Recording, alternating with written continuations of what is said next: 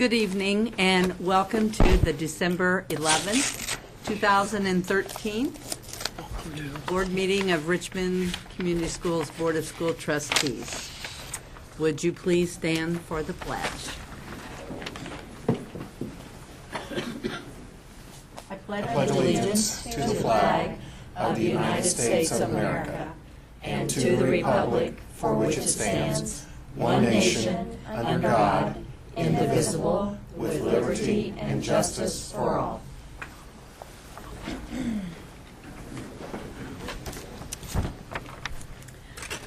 Okay, our mission statement, please. Mr. Our mission statement: Richmond Community Schools will graduate students who are literate, responsible, proficient in state and national standards, and college and career ready. Thank you. And our vision? By 2020, Richmond Community Schools will be the highest performing school system in East Central Indiana. Thank you. And now we are ready for Joy of Learning. And we have some interesting recognition to give tonight. Every year, the Richmond Community Schools sends to community members, stakeholders, a holiday greeting card, and every year the front of that card is designed by one of our student artists. There's a great competition. I believe 400 to 500 entries were received this year, and board members had an opportunity to weigh in on this and actually selected the winner. We would like to recognize tonight the first place and second place, and there was a three-way tie for second place this year. So as President Morgeson is going to the podium with the certificates and so on, I'd like to call to the podium Miguel Lopez Santiago, our first place winner, right up there.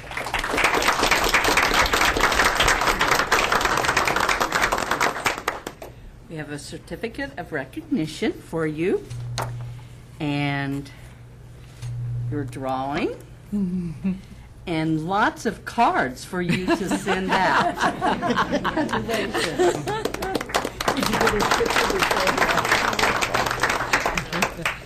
And we have three second place winners: Joanna Bowery, 7th grade from Dennis; Jesse Mitchell, 7th grade from Dennis; and Gwen, is it Freiberger, from Hibbard, 8th grade from Hibbard.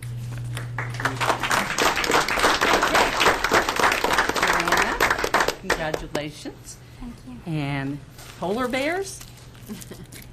I think we need to make sure everybody sees these because they are wonderful. Jesse? I like that one. Congratulations. Is this your wonderful drawing? Okay. And congratulations. And here is your drawing. Good job. Are we going to honor the art teacher? We have art teachers back. And I would like to call the art teachers to the podium as well. I think we have Both of them are here. Mrs. Talbot, Mr. Chasteen. Maybe the two of you would like to speak to the process that you employ to actually generate such response. Like I said, there were hundreds this year. Well, first, I just show them some examples of past winners. And then we brainstorm, think about, what we want to put in there, and I read to them the description that sent to us about the block letter R that you like in it, and go over that stuff. And I tell them to pick the medium that they work the best in because they want to show up their best skills. And I let them go for it. Ditto.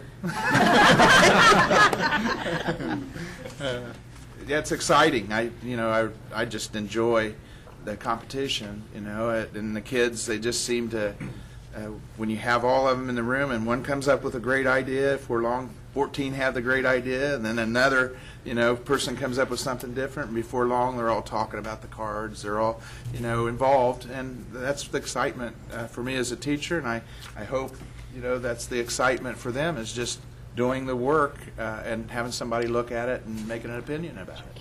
It's exciting. Well, we appreciate your participation in it and generating such enthusiastic participation from the students. Thank you very much. Thank you.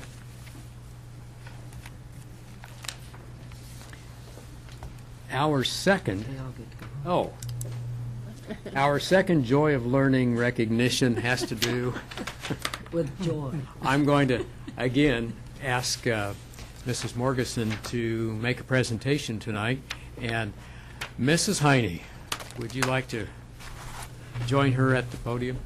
As long as I get to the same amount of airtime. I'm sure we'll be able to give that to you. My speech Expect nothing less. is the joy that I get to be finished. Well, Yes. it may be. On behalf of the school board, we have a plaque that we would like to present to you in appreciation for your service as a board member beginning in 2001 and ending her term in 2013. Pat, your passion for education, for public education, your passion for student learning, and your passion for Richmond Community Schools and this community is so appreciated. And your energy and your willingness to serve in so many ways is so appreciated.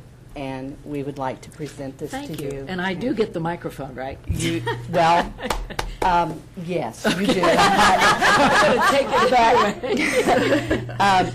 If you want it right now, or I was going to let other people comment. Let me speak first. You want to speak first? Okay, well, we got to let her do what she wants to do. You better believe. So, Well, what's been the most fun of the last couple of months is that I have cleaned out my closet, my file drawers, and I have had to rid myself of bags and bags of stuff because it's no longer even applicable to the way schools are today. And so I appreciate a few moments to share some reflections of the 12 interesting, tumultuous, different years. When I began, No Child Left Behind was just a thought in somebody's mind. So think about what has happened. But as I look at RCS today, I have three things I'd like to call to all of our attention. First of all, I am extremely proud of the academic achievement for all of our students, and I celebrate the commitment and the hard work of everybody involved to make that happen. However, I am dismayed, and I think that's the appropriate word, by the fact that we don't get credit for all of the stuff we've done. This week I was reading an article that said if you disaggregate international results, American schools with less than 10% poverty rate are #1 in the world. And the blogger quipped, well, cure poverty, cure the schools. Well, what I think we've proved is that poverty isn't a barrier and an obstacle. It is a challenge, and this school system has met that challenge. I wish that sometimes that the politicos would follow my mentor's advice, and as Dave Stidham always asks, what is the real problem we're trying to solve here? And I think the real problem is how do we get through those barriers? I'm really proud of all of us sitting around this table that we took a stand against what's happening at the state level. However, I'm deeply saddened by how politicized and partisan public education has become, and I don't know what to do with that, except I have a little energy left, and so maybe I'm going to have to go to Indianapolis. I am not running for the state representative, or I'm not running for Alan Paul's seat, but I might be a thorn in somebody's side. But I am excited that we are talking about the joy of learning at this table. I'm a little sad that we have to talk about it. And I sometimes think when I go to schools, I see robots instead of kids having fun as they learn. Yesterday at the high school, and we'll hear more about that, the high school kids were saying, when are we going to have fun again in school? And so I don't know how we can do that, but I think we need to figure out a way to do that. Rick Ahaus, the other mentor of mine on the school board, would remind us that unless we let kids physically get involved, that their brain will not be as involved. So that's kind of the third thing I'd like for us to remember. I do pledge that I will continue to be a voice for kids in this community. I am not giving that up. I will be an advocate for the school system and for public education. And I have one piece of unfinished business. All of you in this room, and all of you back there, and all of you on the television audience may receive in January or a little bit thereafter a letter inviting you to be an inaugural donor in the Richmond Community Schools Public Education Foundation. So while you're doing your Christmas shopping, put aside a little money, because we are going to start that foundation, and we are going to make sure that it supports Richmond Community Schools. So I pledge that that will get finished, even though I'm not on the board to do that. So thank you for the microphone for a few moments.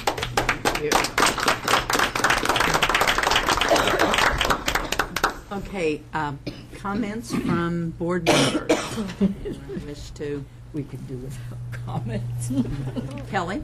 I mean this sincerely, that sometimes you meet people that you will keep with you or hold with you your whole life, and you're just one of those people. I don't think that the public realizes how much you do outside of the school board, how you're an advocate for not just Richmond Community Schools, but all children in general, and I think the board will definitely miss your spirit, because you are one of a kind.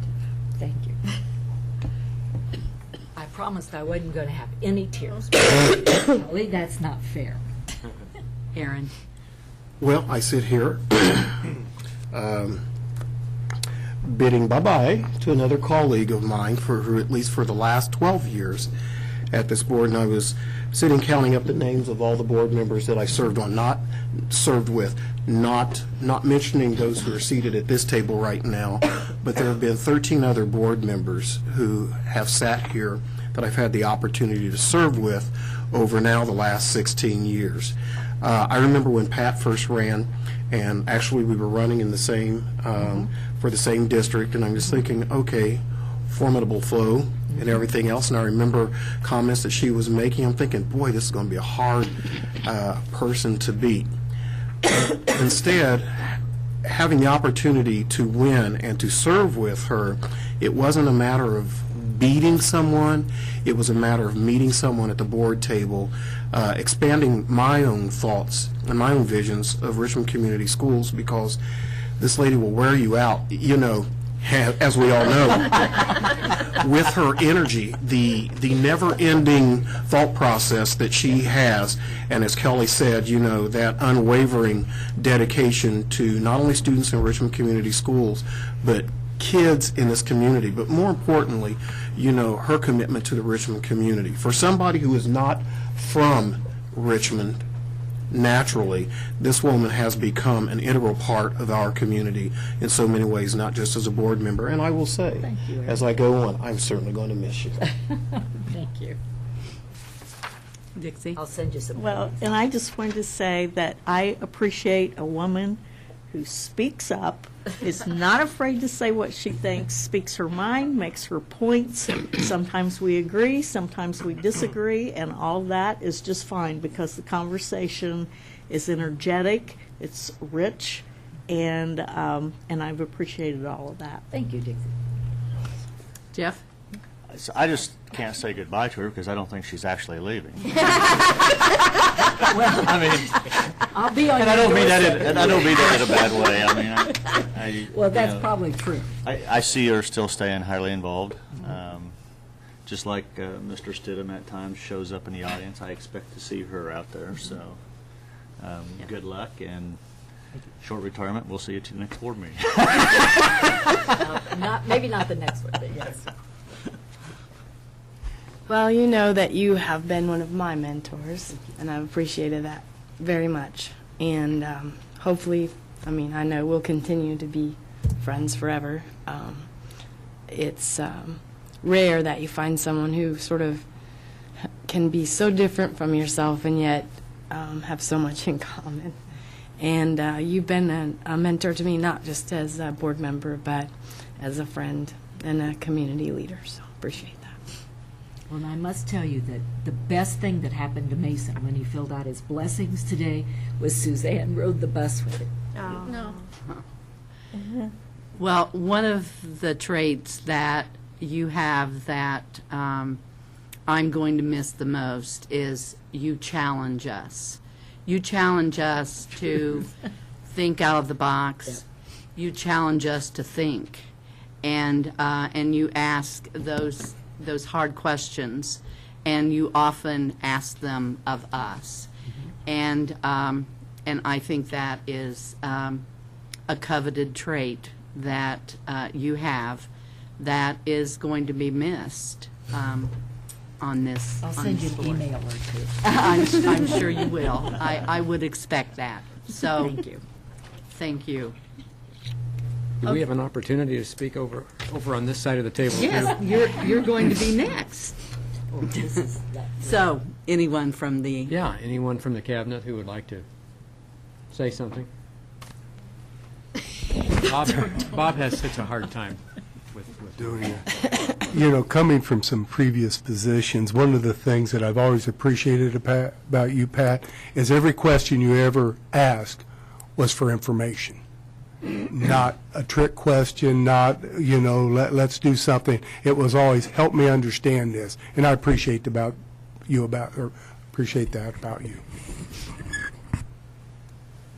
anyone else? Ron?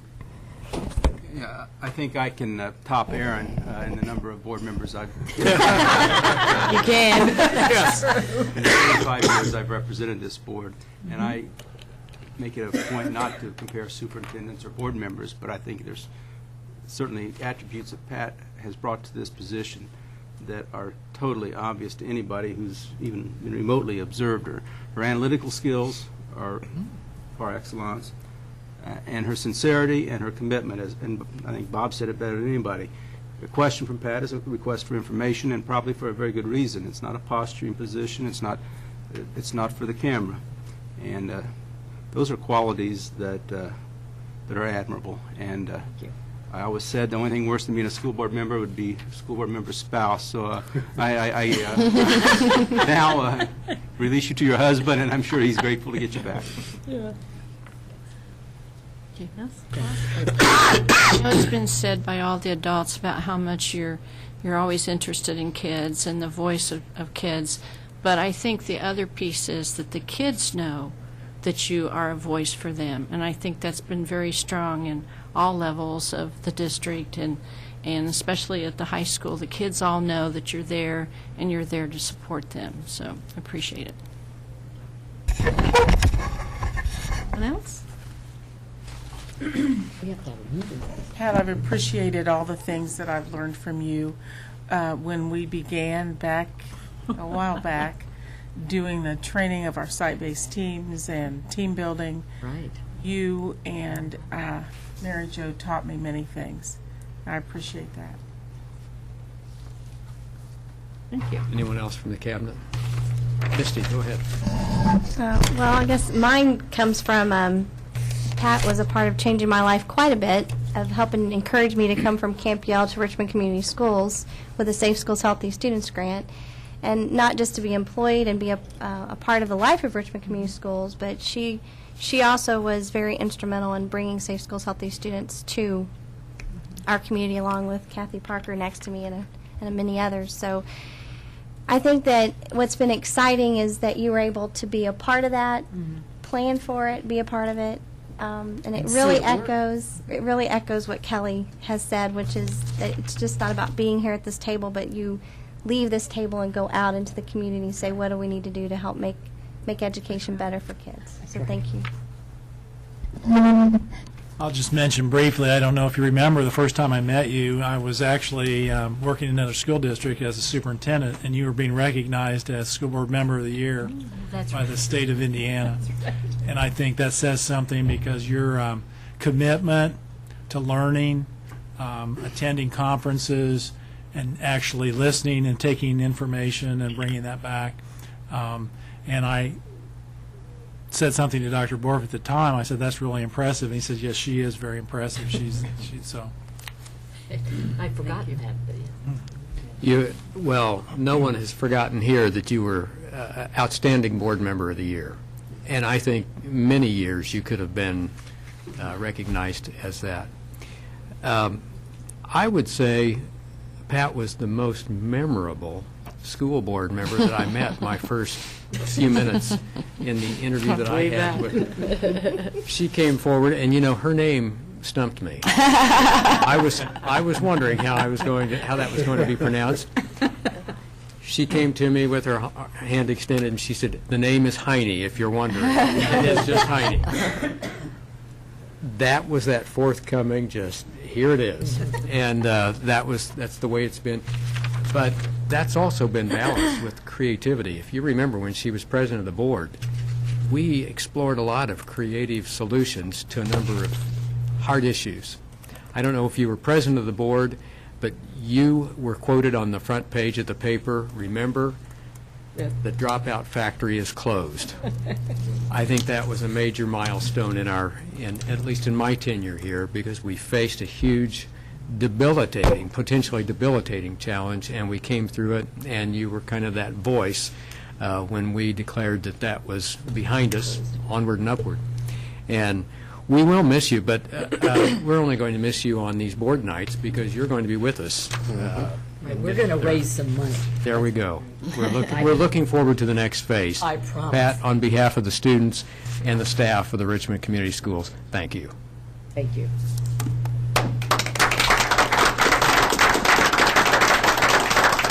Now, I also want to give an opportunity for anyone in the audience who would like to recognize Pat or say something. This is a setup. Good evening. My name is Sherry Harlan. I am a former student and also a mentee of Pat Heine. And I'm reading a letter from a group of students that Pat has mentored along the way. Dear Mrs. Heine, we were some of your first students when you first started teaching. You were new to teaching, and we were changing, coming from a school where we were in the majority at Nicholson Elementary to all new things at then Test Junior High School. You were a ball of energy, and in true middle school humor, we chuckled when we said your name, Miss Heine. You found ways to make math exciting and learned who our parents were and never had a problem letting us and them know if there was a problem. In fact, you still know most of our families. You went on to teach at other schools in the Richmond Community Schools District, and of course we told our Hibbert friends that you liked us better. Our group all went on to graduate in the Richmond High School class of 1978. We just celebrated our 35th class reunion over this past summer. We know that you can't replace the institutional knowledge of RCS, but we know that as long as people care about the kids in the district and what's best for them, Ms. Heine's legacy will live on. We, as her students, and you as the board, can only take the great work she's done and move forward. I personally had the pleasure to reconnect with Ms. Heine upon my return to Richmond in 2006, working on activities with her sometimes not voluntarily. The challenge with Ms. Heine is she puts her friends to work, and you don't get a chance to say no. So when people ask how did I become so involved in the community, I tell them to blame Ms. Heine. Most of all, we wanted you to know that you made a difference in our lives and of so many other children that you taught and served. We wish you the best. Respectfully, Deborah White Gales, Washington, D.C., Elfrida Hampton Henry, Dayton, Ohio, Monisa White, Van Landingham, Atlanta, Georgia, Linda Wilson Teray, Indianapolis, Indiana, Wilma Henderson McGathy, Ramon Reynolds Moore, and Sherry Harlan, Richmond, Indiana. Oh, very cool.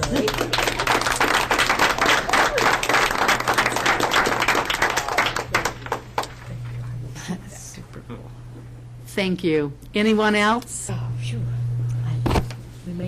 a meeting. Okay. Ready to, this seems rather boring now. Adjourned. And I have prepared, even though it's Reports, discussion topics. Our first report comes from the recently created, I think it's the RHS Advisory Forum. Who is our spokesman? Oh, okay, we have some student spokespeople.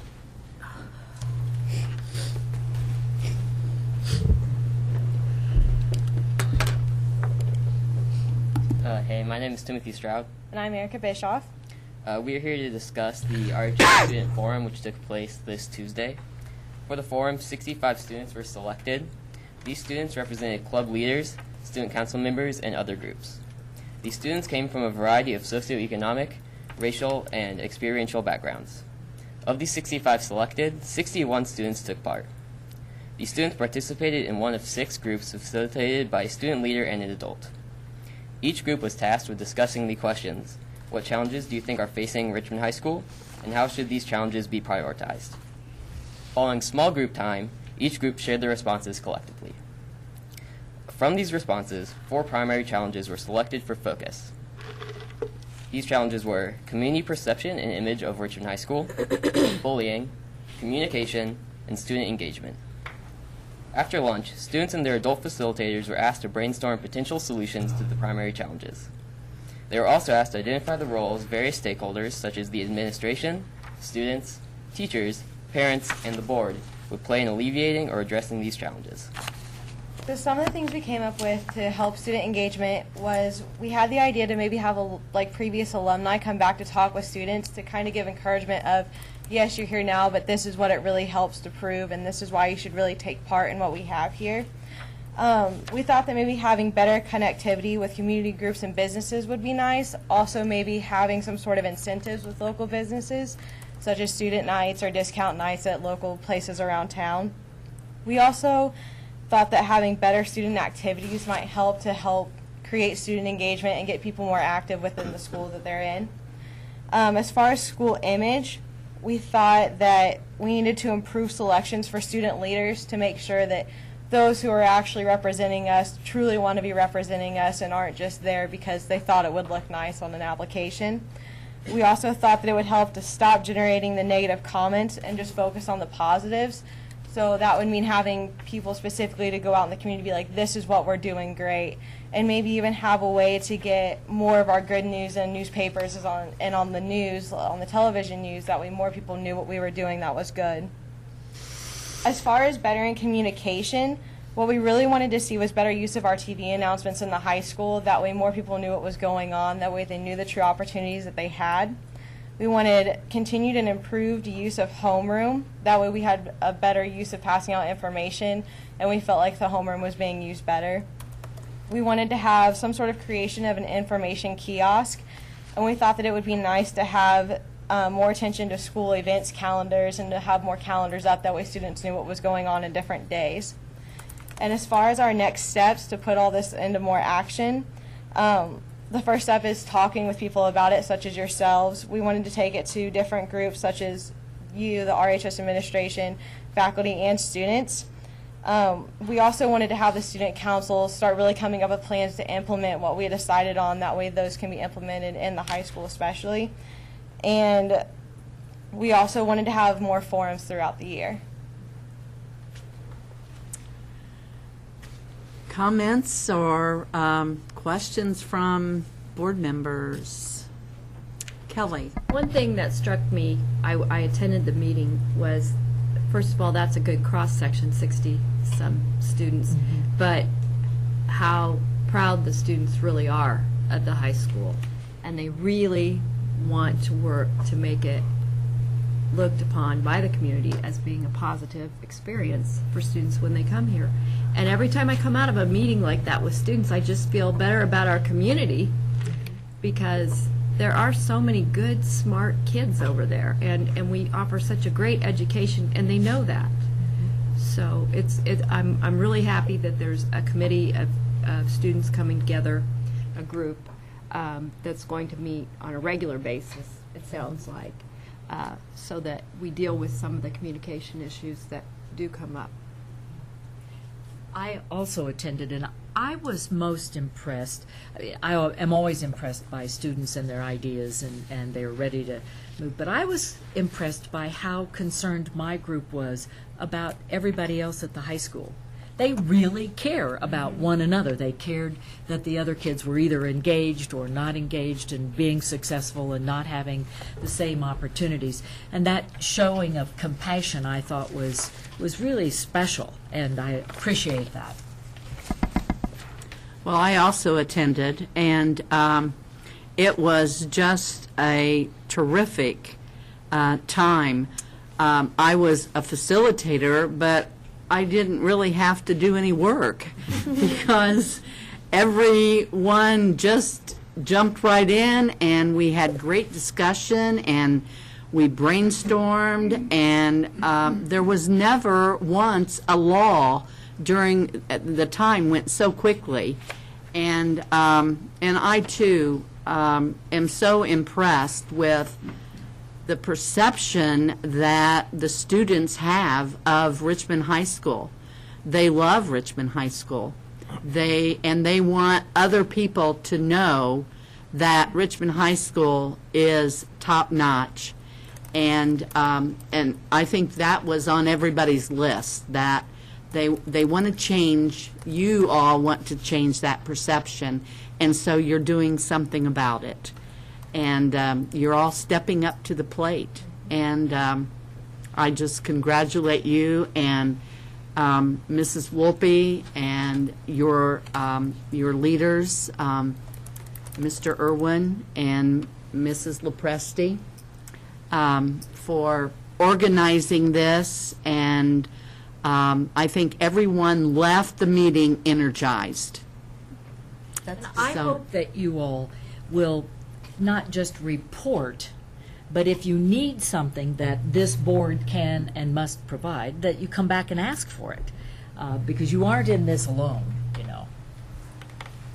Well, another thing that I noticed and was impressed with, that our students want to be challenged, and they want to be motivated, and they want to be energized. And you know, it was like, give me more, give me more. I need more. And so I was impressed with that. Suzanne? Each of these ladies told us what their big takeaway was. What would you say is the thing that you took away from that either surprised you the most or that you were most excited about? For me, it was a lot of the ideas that people came up with, especially when it came to the student engagement and the communication, the community involvement.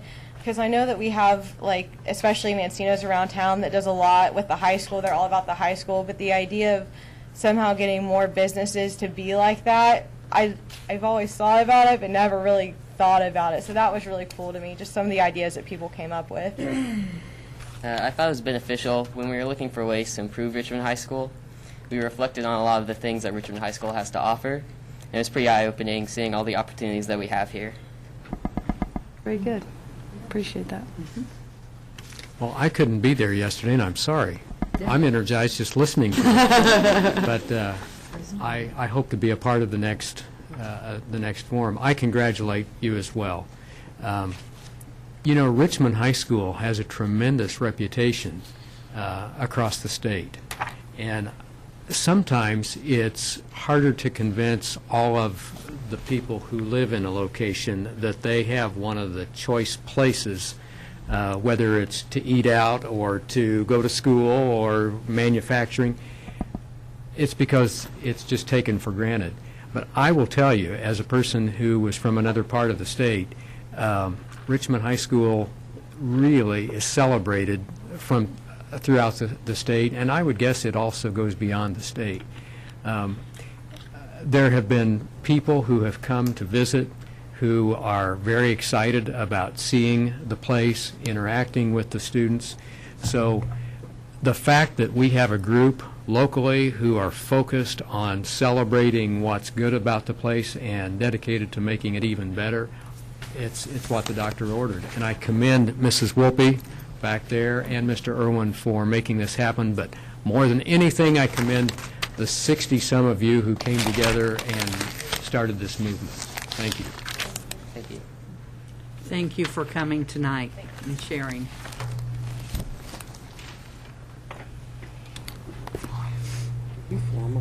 The next report we have tonight is based on a proposal. It's the synergistic proposal, and this is a firm that specializes in helping to change behavior. And we've talked about behavior a lot at this board in recent days, but this isn't necessarily student behavior. It's staff behavior, and it's focused on reducing energy consumption. And Bob Coddington and I have spent some time with this proposal and with the people from Synergistic, and we have a representative from that firm tonight.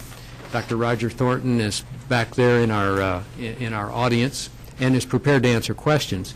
But basically, this is the employment of an individual within the system to come in and help change behaviors of individuals, staff members, as well as students, to be better consumers of energy.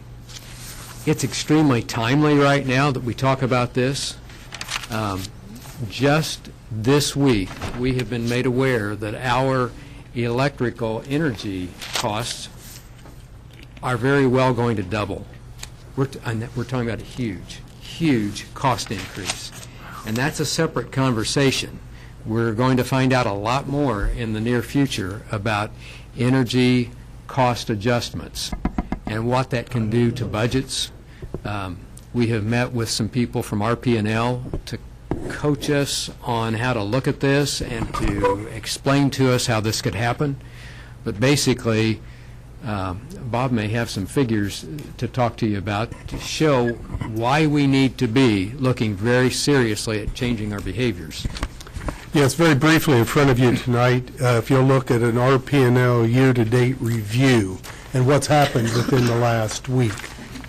As you know, we monitor our utility bills per building, per meter, per month when it comes. And I was happy to say that from January through October of 2012, you see our bill was $940,000, and in 2013, our bill was $897,000, or year-to-date, we were $42,000 less than the year before. And that $42,000, we can teach Johnny how to read. And then we get November's bill. And I compare bills not month over month, but year over year, because of, you use more electricity in the cooling system in August than you do in October. So you look at November to November, October to October in this. And our November bill was $67,000 in 2012.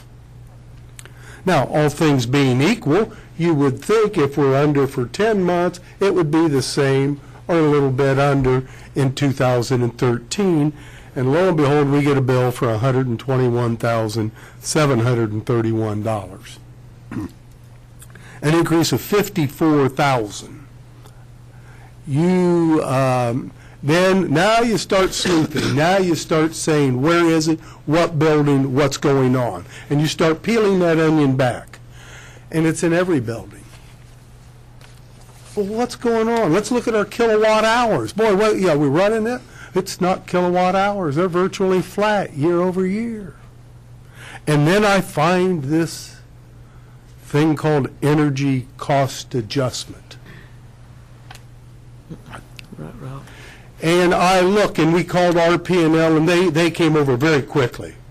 And I said, if there's a mistake, we need to correct it at the end of the year. We're on a cash basis.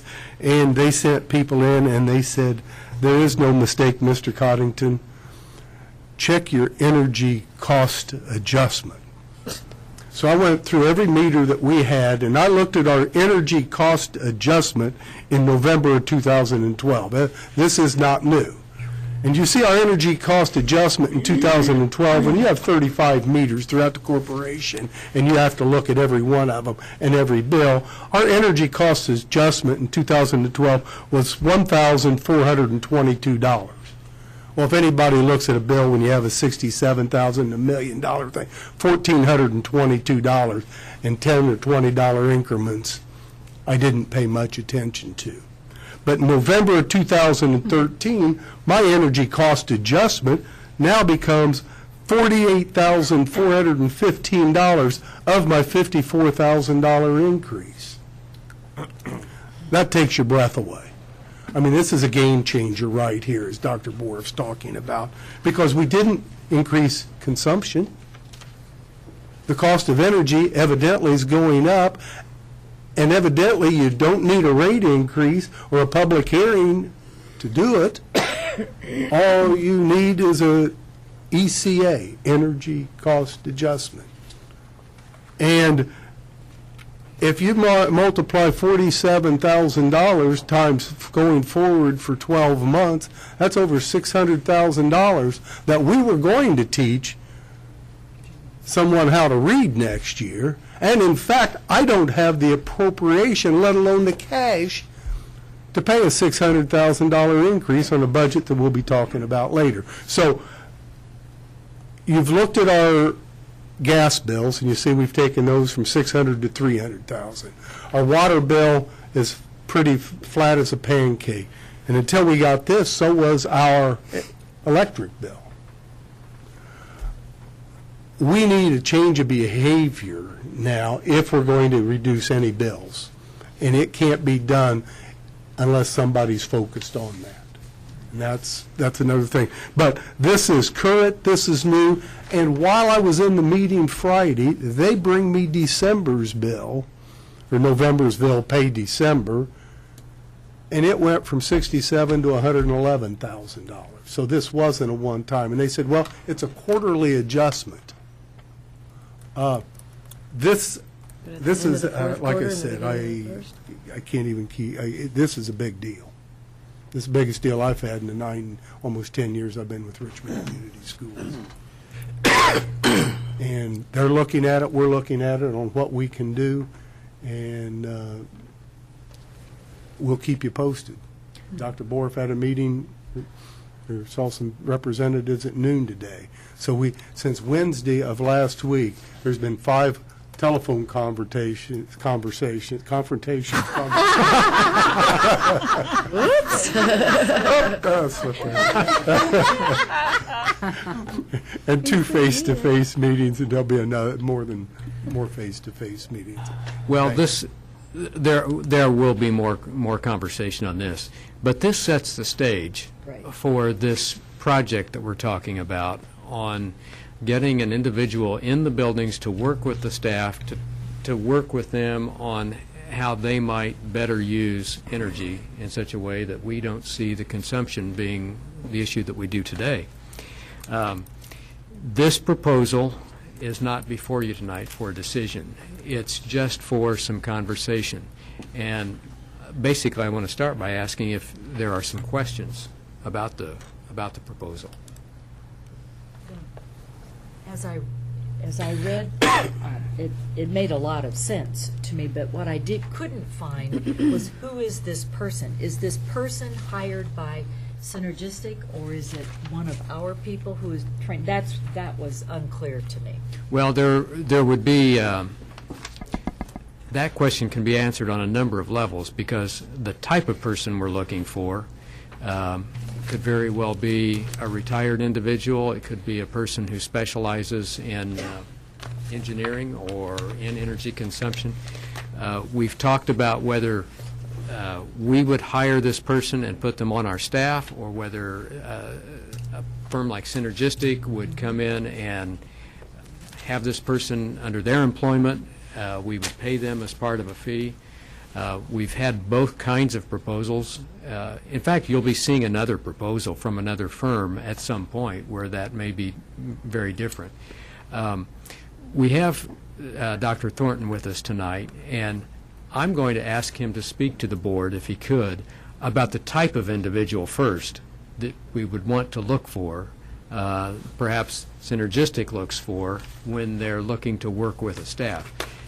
For some of you will remember, Dr. Thornton's been with us in many different capacities in the past. A rival superintendent, but also executive director of the Superintendent's Association.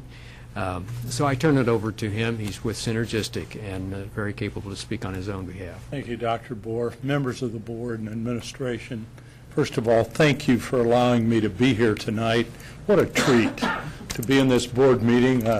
Appreciate Mr. Coddington's tough task to share that kind of news, but up to then, it was going pretty well, I thought. You're going to be missed, that's obvious, but you could have no one better in that chair to deal with the issue he's got to deal with. So let me just give a brief review, if I might, so you know where we're coming from.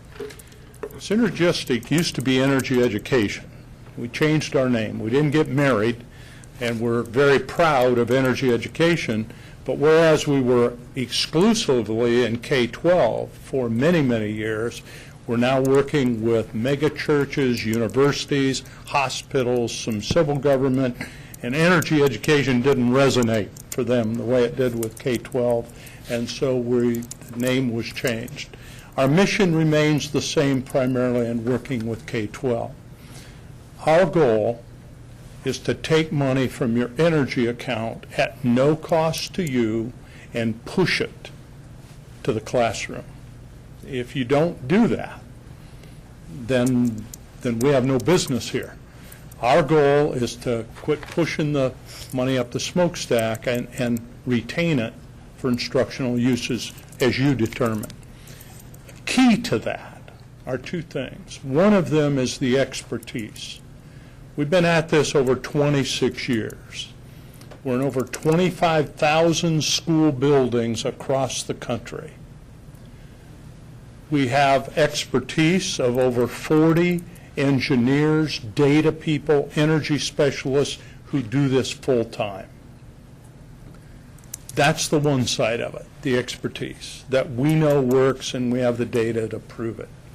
The other key part is what we call an energy specialist that is in each school district.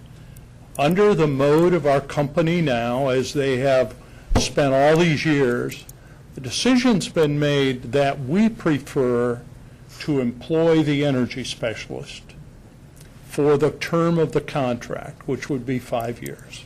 Our goal during that time, working cooperatively with you, and as a guy who was part of this as a superintendent, a client of Energy Ed at that time, I can tell you over 4 years in a large high school district in Illinois, 5 high schools, and a very strong organization that kept tabs on us for the union, I never had a single complaint.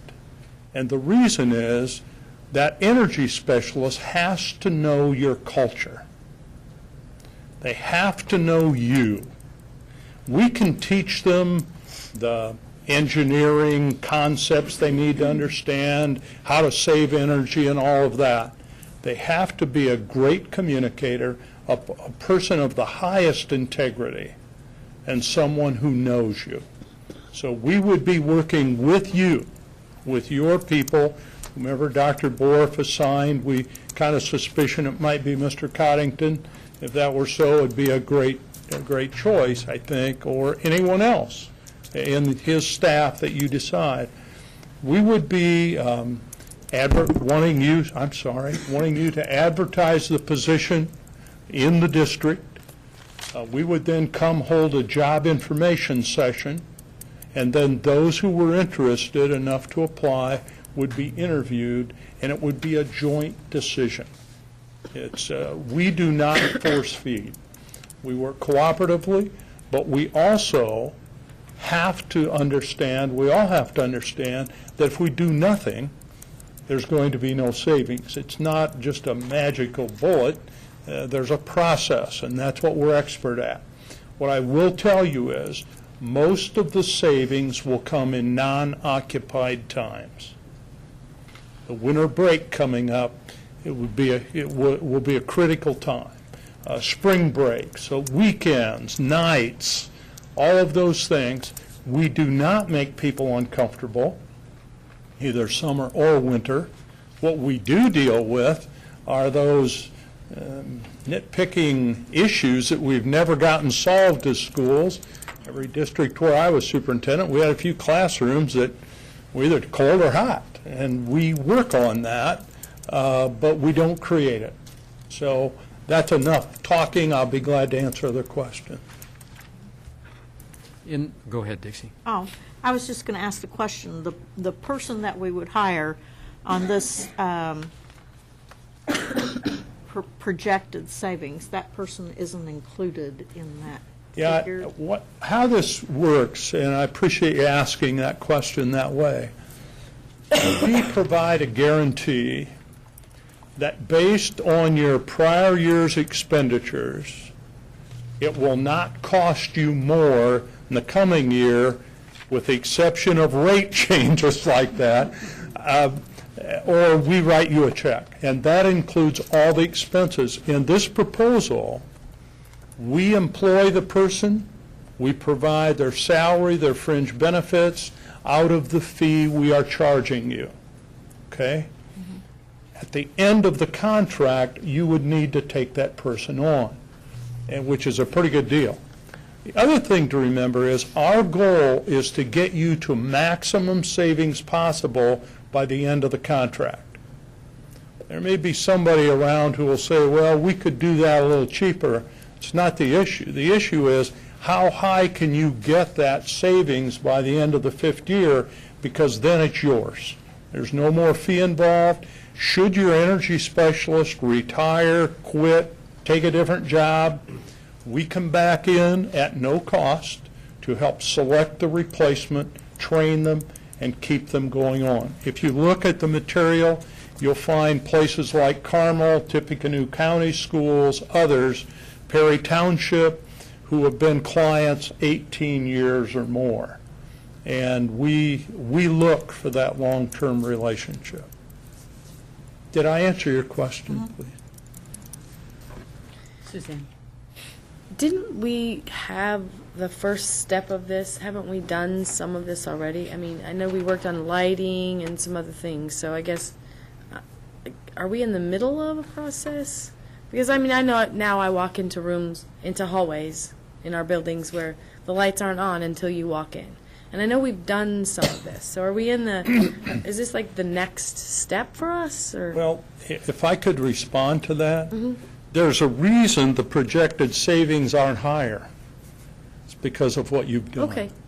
That's You have done I was asking an about. awful lot of things, and it's there to show for. Okay. But there's a human part to it. Sure. That is different than the equipment part. And so now it's the behavior part. And when we say behavior, it doesn't mean people are misbehaving. It means that you look at when is equipment being turned on? What temperature is running through the lines when it's 40 degrees out compared to 1 degree or below zero tonight? The science we have, not me, but our staff has, guides you through that without causing problems. And if you just mess around with it, you end up with some problems. There's some conversations I'd like to have outside of the meeting. You did try to call me. I'm sorry, I don't hear well. One of the potential savings, and there's a lot of other stuff outside of the lighting, the motors, the Yes. all that other stuff. When you have your calculated savings, and I believe in energy saving, but do you collect the data? Let's say you spend 2 months doing an analysis of a building, and is the data collected for the energy savings based on changes to equipment that would be made in future purchases or design, or are they the energy savings calculated based on just the human behavior being changed itself? Great question. And it's like I'm doing the presentation, but it's a better way this way. We require that you use a third-party software. It's called Energy Cap. We don't own it. We don't control it. The data is entered meter by meter. And now that the energy specialist would be employed by us, we have great concern that there be credibility, and a word that's been used too much, but it's appropriate here, transparency in that data, so that your administrative staff can look at that data at any point to make sure we know. That is done on a monthly basis. What's also done is as you make various equipment changes somewhere in your district, whoever engineers that will be able to say, here is the energy savings that you should experience with this new piece of equipment. That is factored out as savings for you, but not credited to us. We do not get credit for any equipment changes, that kind of thing. We don't sell equipment. We don't install it. That's not part. Our engineers and our staff are available if you're going to make a change to say, here's what we're seeing across the country that's working well. You know, you might want to look at that, whatever. We also, on occasion, run into a situation where there's a piece of equipment malfunctioning. Sometimes it's been oversized, and they can't figure it out. Our engineers can come in and say, here's what you need to look at. Now, our proposal is based on you not needing to spend a dime on equipment, okay? We're not going to come in and say, oh, well, to do this now, you got to add this or this or this. That's not how we operate. We also, and I don't know, Dr. Borf, do they have this chart with the KBTU information in the packet? No. Of all the information that you have, in my judgment, this is the most important sheet. And the reason is that... Is it the last page? Yep, you have it. It looks just like this, and on the right three-hand columns is KBTU information. That is 1,000 BTUs used per square foot in energy. And those have nothing to do with the cost per unit that might be factored in savings in terms of dollars, but rather it's the actual units of energy, and those are pretty significant reductions. Those are based on the program changes. I don't know that we ever work with a district that doesn't do something to its buildings over the 4 or 5 year period for there. It's a constant updating. So I don't think that doing something would be unique. Well, the school board conference that we were at last year had a lot. The KTVU was the way everybody was going, and actually at certain levels they were trying to get it down to. When you hear the term Green Star, but there's actually other terms below that. So I can't remember the terms right now, but they had multiple levels. It does. There is an award given, Energy Star Award, given by the EPA and the Energy Department. And 65% of the schools in the country who have been awarded that status are clients of ours. And we're not in 65% of the districts in the country by any means. So, I don't want to take too long. I appreciate your great. Dr. Thornton, my name's Ron Cross, and I'm the attorney for the school corporation. I'm Yes. just trying to get my head around this. If I use the term a guaranteed energy savings contract, are you familiar with what that means under Indiana statute? Which one? Guaranteed energy savings contract? Yes, I am. Okay, and what I'm hearing you say, I've got a little experience with those, with a competitor perhaps, Amoresco, but there was always a capital component to their projects, and I don't hear you saying that that's part and parcel of yours.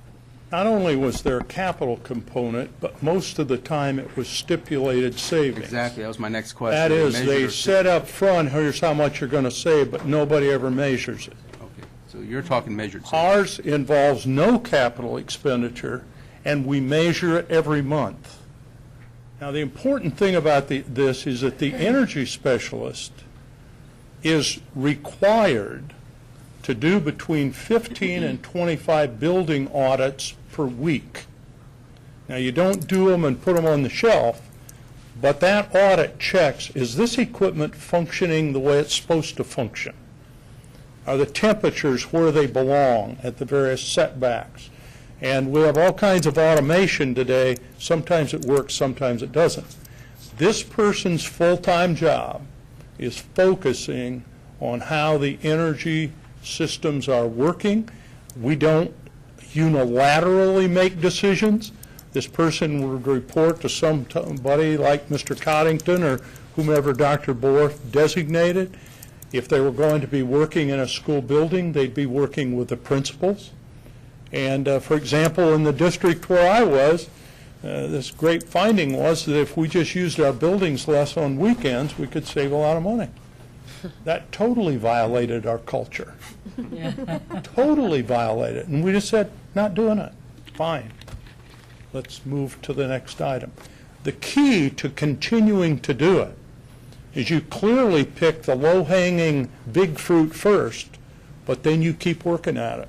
And that's why you'll see districts continuing to grow that savings, and you see in our projections that continued growth. Again, thank you. I'll be glad to answer any other question. Thank you.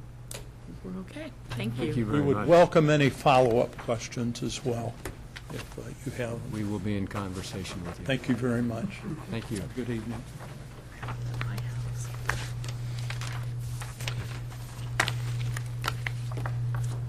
Okay.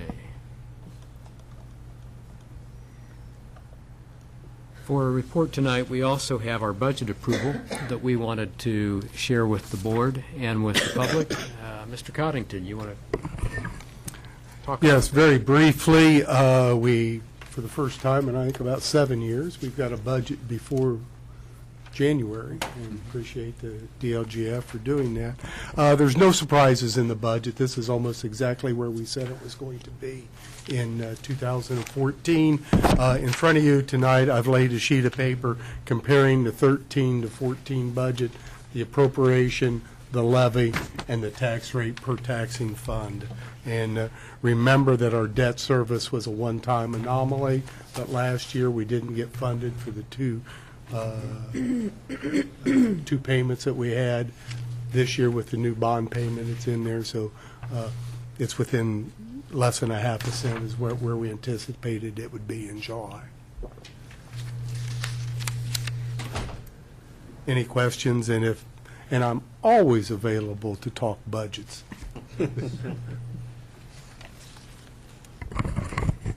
Questions? Anyone?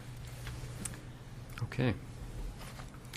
Madam President, I would like to request that on the action items that we have coming up, that we move 5.07, request to gift an item to the Richmond Art Museum, to the first item.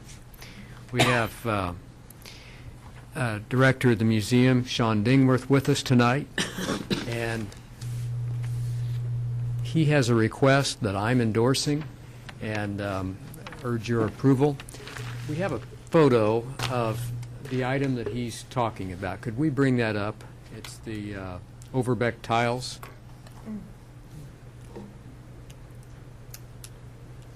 There we go. Yeah, that's it.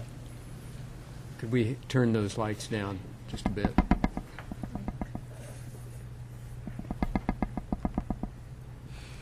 Thank you. Thank you. Mr. Dingworth, would you like to tell us a little bit about these tiles? Your explanation or your description was included in the board packet, but perhaps for our audience tonight, it would be helpful to hear a little background on this. Sure. Well, thank you very much for the opportunity. One of the benefits of our unique partnership that we have between Richmond Community Schools and RAM has been the acquisition of artworks over the years. And as resources and liabilities have changed over time, the Richmond Art Museum has been able to provide a professional environment for significant works of art. In the past, RCS has gifted artworks to RAM, ensuring their legacy for future generations of students and adults. The gift of the Overbeck tiles would continue in that tradition, allowing many more students to view the art. The Overbeck sisters were significant contributors to the arts and crafts movement, operating their studio out of their home in Cambridge City. They are nationally recognized figures who actively exhibited at the Richmond Art Museum. In recognition of fellow artist John Elwood Bundy's contribution to the public school system, the Joseph Moore School dedicated and named the school auditorium, which at that time was referred to as the chapel, in honor of Bundy in 1917. In 1916, John Elwood Bundy gifted 16 paintings by him to the Richmond Community Schools. So these tiles were dedicated in that honor. As part of the ceremony, Bundy then presented another canvas to Richmond Community Schools, which I'm happy to say is still here today and is just down the hall. It's a very large painting of the woods and the cows, terrific painting. So currently, these tiles have been displayed in our Decorative Arts Gallery, in fact, since 2005. In 2005, the Indianapolis Museum of Art borrowed these tiles for an important exhibition in Indianapolis. So the tiles currently enhance the exhibition that we have at RAM. It shows how art played a vital role in the educational curriculum at Richmond Community Schools, and RAM is the ideal place for both students and the Richmond community to view these exquisite works of art. Certainly would enjoy having these in the Richmond Art Museum collection, and of course they would be completely accessible to the students and to the Richmond community. Could you describe the location of the tiles, where they are right now? If you were to go into the Sure. museum tonight or today, tomorrow, whatever, where would you find those? As you go in which is the side entrance, but is now the main entrance of the Richmond Art Museum, immediately to the right is the old gift shop, which is now the Decorative Arts Gallery. And that space is permanently devoted to decorative arts, including these beautiful tiles. We also have a number of other works that complement this, including large decorative vases, as well as a large image of the Overbeck sisters that was taken by Roy Hirschberg. Any questions before I make a recommendation? I asked the question, I think, when we first discussed this in our executive meeting, and I don't know if, well, this is probably the appropriate venue since we're getting ready to see a recommendation, but I'm not, once this is gifted to you, it becomes an asset for your organization, for the RAM. Is it, I guess, what would happen if the RAM does not exist someday in the future? I mean, should we put some kind of a tenet or something in there that says that it has the right to come back to the school system before you have the right to dispose of it? Is that inappropriate or not common? Or, I guess, I'm not trying to put anybody on the spot. No, I understand. But usually there are not those kinds of restrictions. I should say we're celebrating our 115th anniversary. So we have a long legacy. Well, that's why I didn't mean for it to sound negative. I understand. Essentially, the Richmond Art Museum is a public entity owned by the community, the city of Richmond. So those assets would revert back to them. So it would still, be in our community. But if that's a concern of the board, Mr. Cross, is there a way we could create or draft a recommendation that would include that kind of concern? I think we can consider it. I had somewhat the same concerns as Member Slifer when I heard the proposal. So, well, and part of the reason why I asked this is because I think that there could be an argument could be made that we have some other paintings that might be better served with them than with us. Mm-hmm. So I'm just sure. Not that I'm for fear that you're going to be gone tomorrow, but I mean just something that protects the interest for the assets for Richmond Community Schools.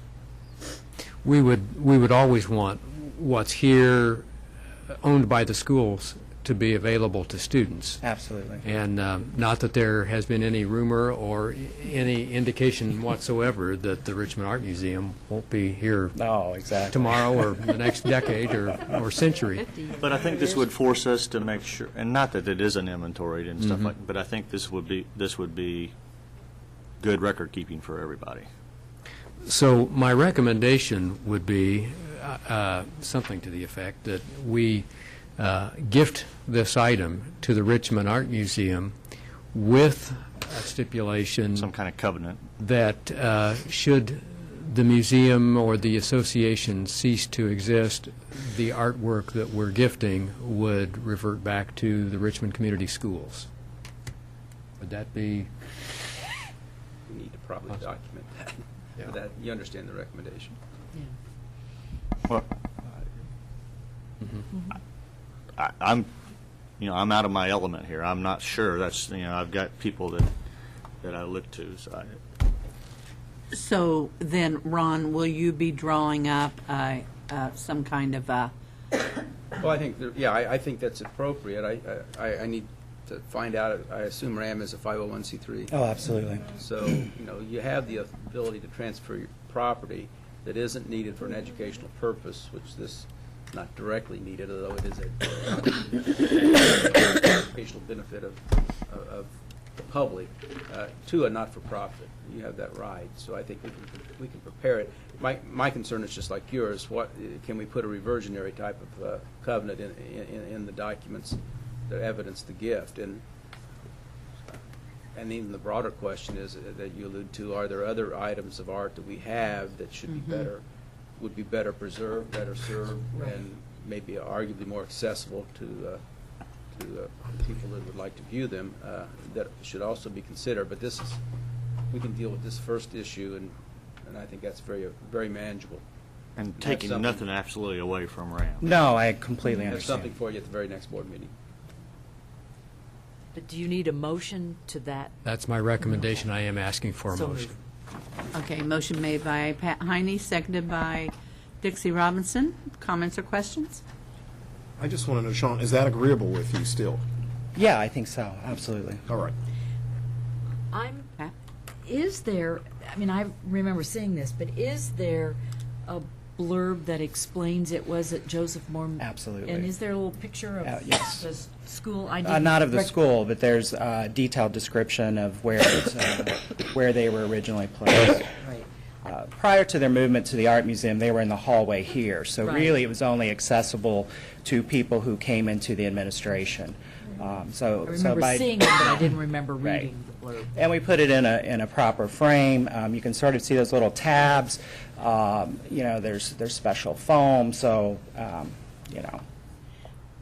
I think the question is taking a look.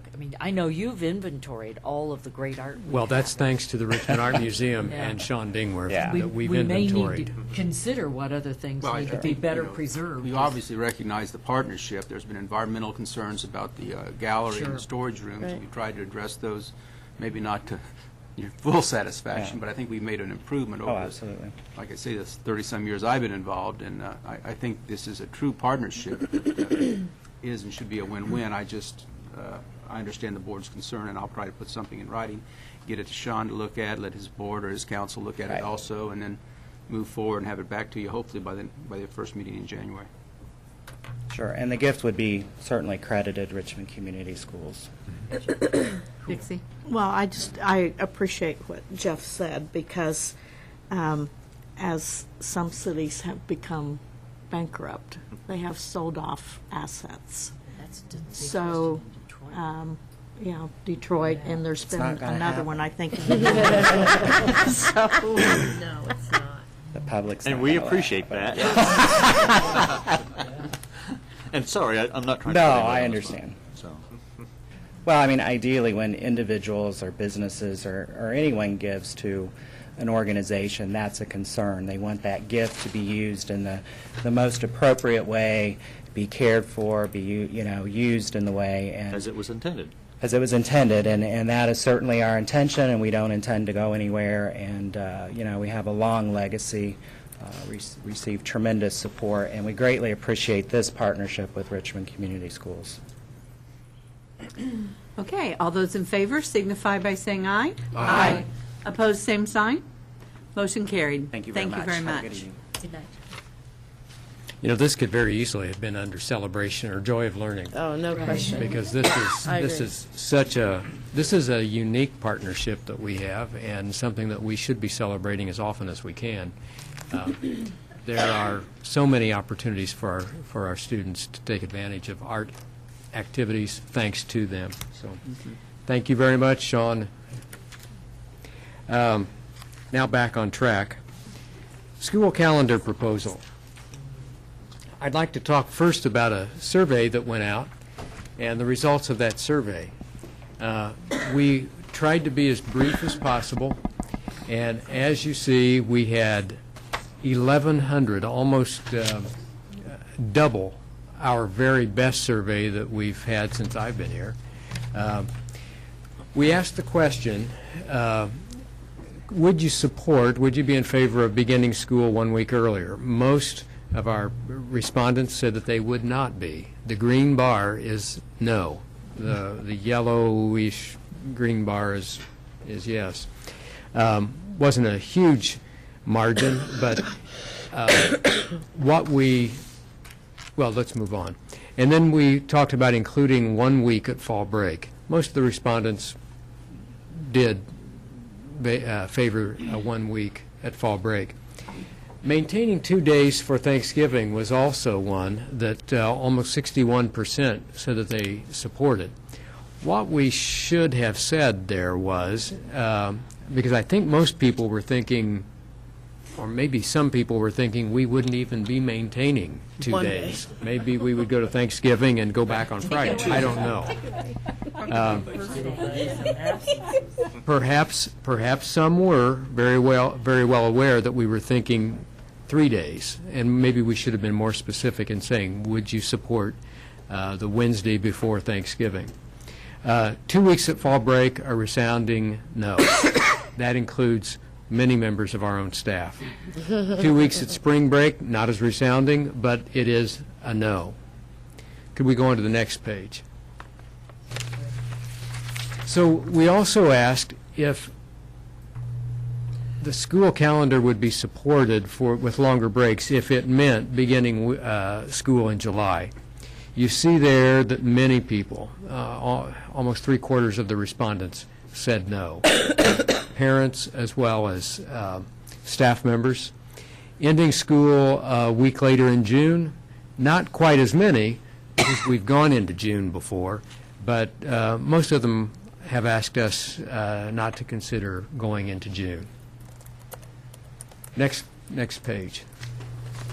So then we asked them to talk about the kinds of concerns they would have should we change the calendar, and most of our concerns, 61%, over 61%, had to do with vacation schedules.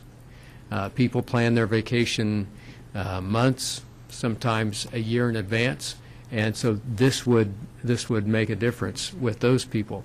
But right there behind vacation schedules was child care at almost 53%, and then the impact on the participation in extracurricular activities.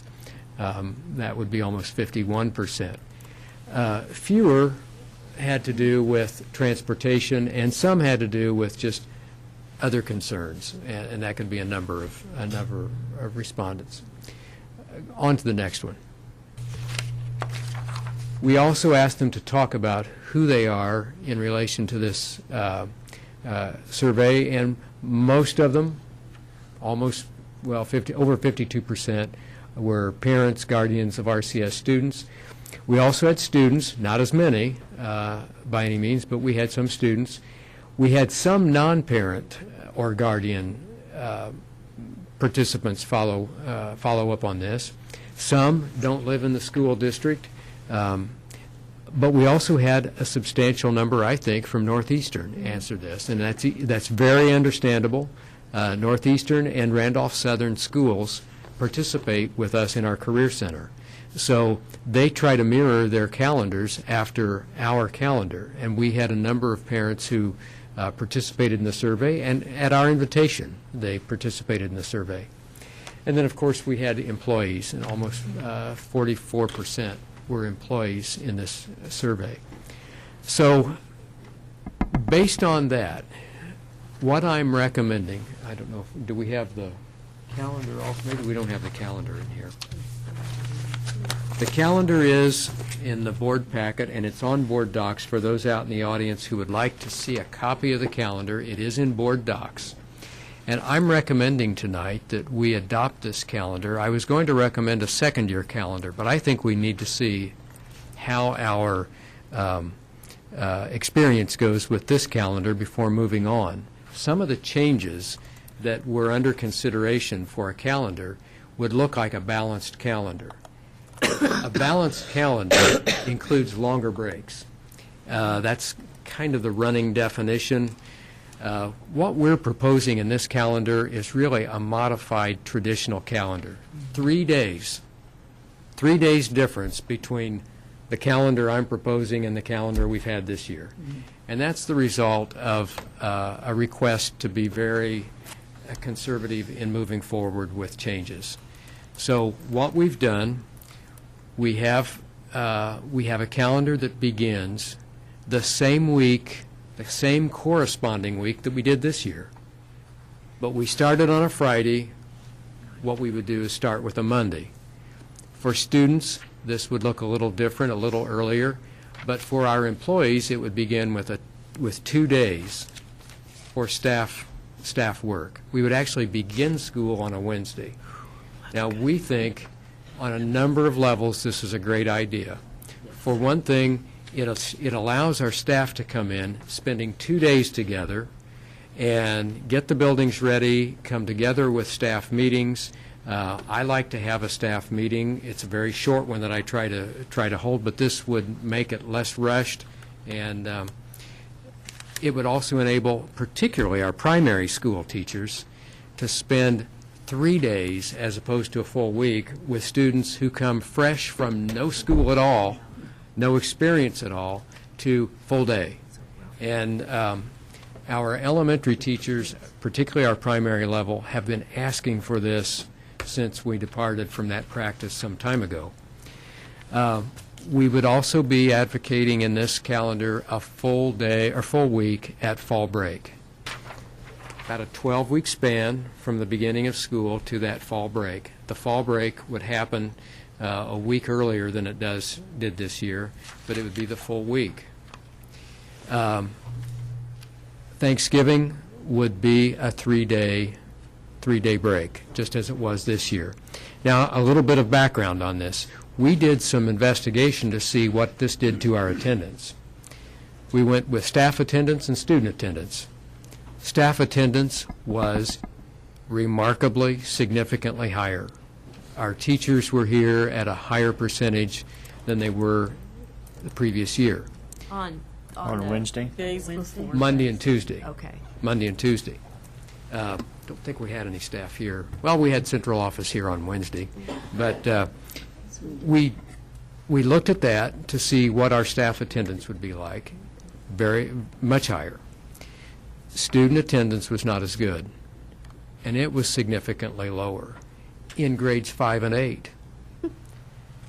I don't know how to explain that. I don't know why it would happen in those grade levels, but in some of the elementary schools, we actually had comparable levels of attendance.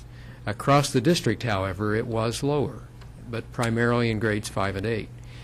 So my thinking is that we might want to look at this for another year, knowing where those issues are, and with our staff working to direct our efforts to making sure those students are in place where they need to be for those 2 days. In almost every other way, this calendar looks very similar to this year from that point forward.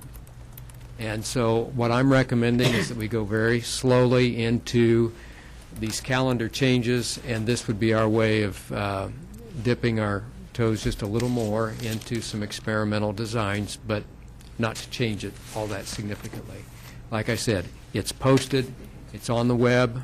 Anybody who wants to see it may click onto it, but I'm recommending that calendar for this coming year. Okay, do I have a motion?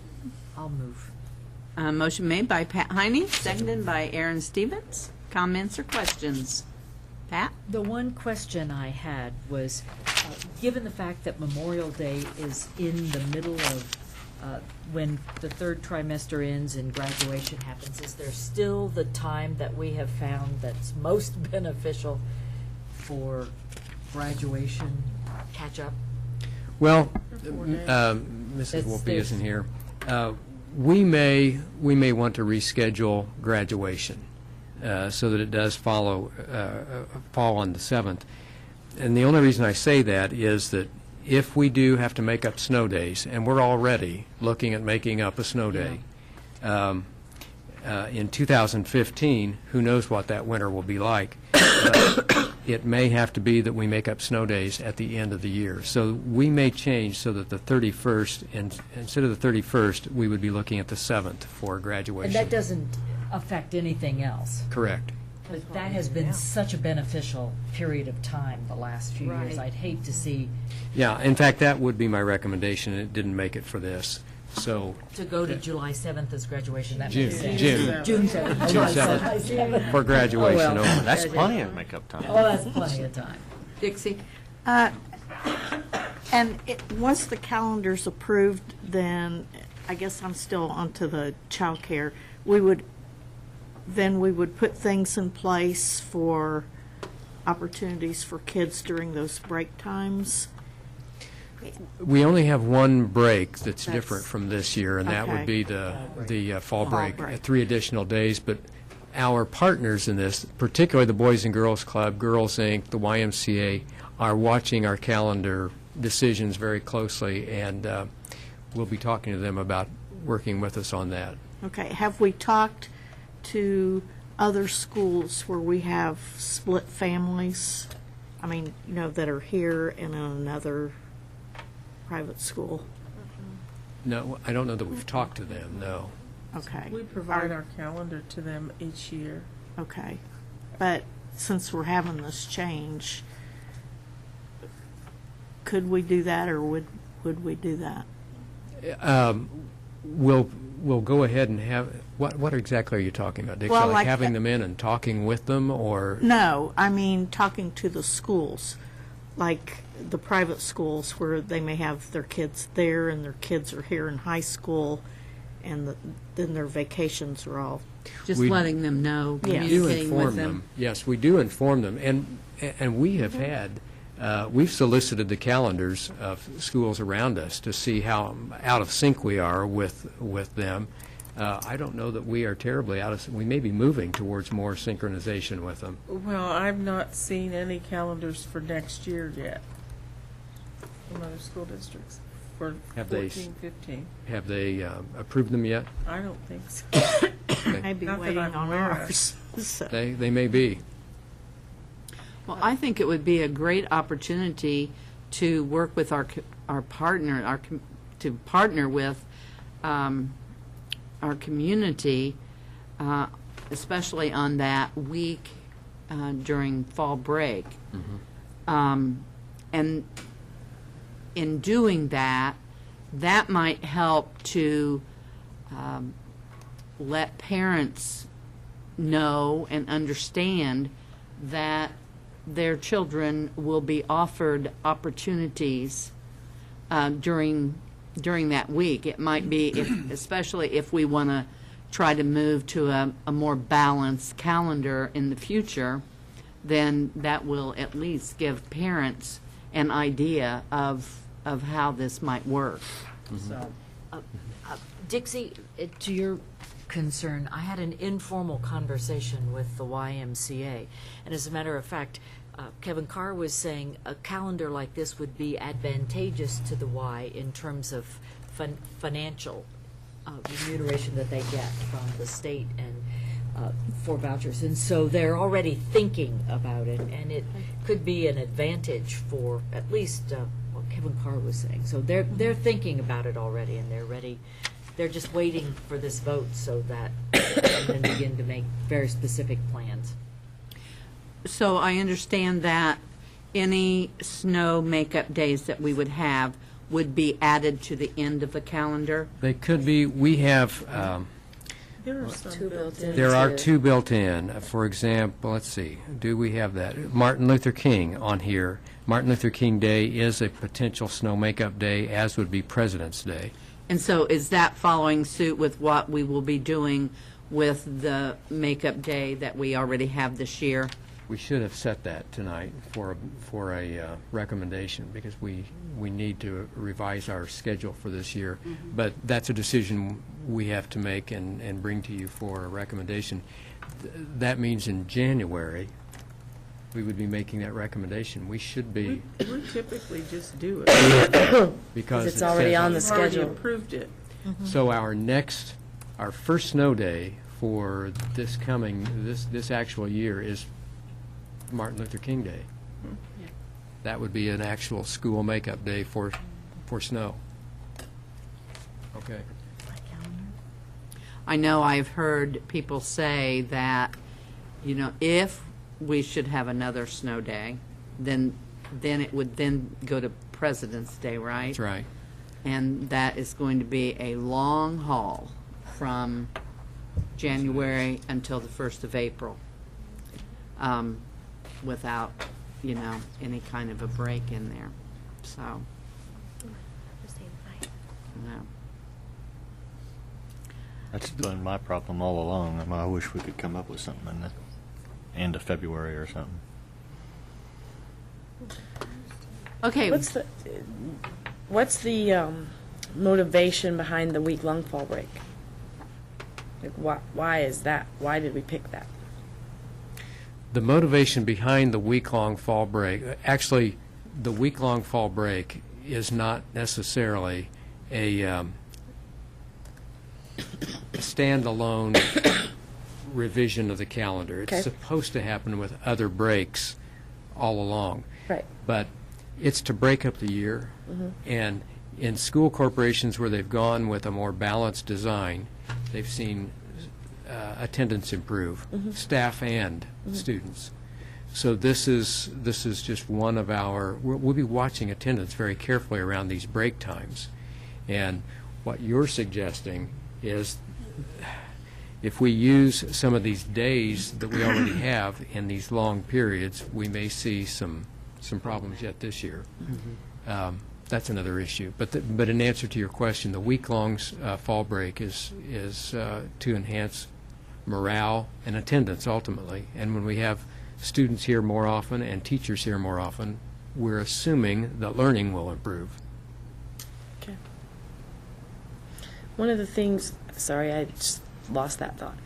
One of the things, though, that I thought was so intriguing about the extra long spring break and some of these other things was that we might use that time in the year versus just summer school to do some things for kids who needed some extra attention. And I was very excited about that because it makes sense to me that to wait till the end of the year seems late. I know we're not waiting. We're doing after-school things and we're doing lots of interventions, but some focused attention during the middle of the year was exciting to me. And so we haven't really gotten there yet. And I don't know if hopefully that doesn't get lost in the future discussions about revising a calendar, because I thought that was a good a good reason, which in our survey we really didn't say, hey, would you be in favor of 2 weeks at spring break if we could make a middle of the year summer school or something like that? Because that's what we had talked about. It's like, instead of using all of our summer school resources in the summer, we might use some of it in the spring. So. Well, there will be some opportunities, if we go with this calendar, there will be some opportunities to experiment with those fall break days. Okay. And that's really where we want to see some further questions, which might get at Right. what you're talking about, and also that Balancing. putting some time in that long break, or that long span between winter break and then spring break. What we also have to keep in mind is that we have state tests Right. at a variety of levels. And when you overlay the calendar with that testing schedule, Right. You just have to be careful that your breaks fall understand in that. times advantageous to the students' testing windows. So this calendar does that. Well, not just the testing windows, but in preparation. Right. Right, that's right. For the tests also. Yeah, I was looking for the one where the Christmas break was the end of the first trimester, and we didn't start school until after Labor Day. Move to Michigan to get that. Yeah. Okay. I mean, colleges they start September 3rd, September 4th. We have a motion and a second. All those in favor signify by saying aye. Aye. Aye. Opposed, same sign. Motion carried. On the next item, I need to go back up a bit.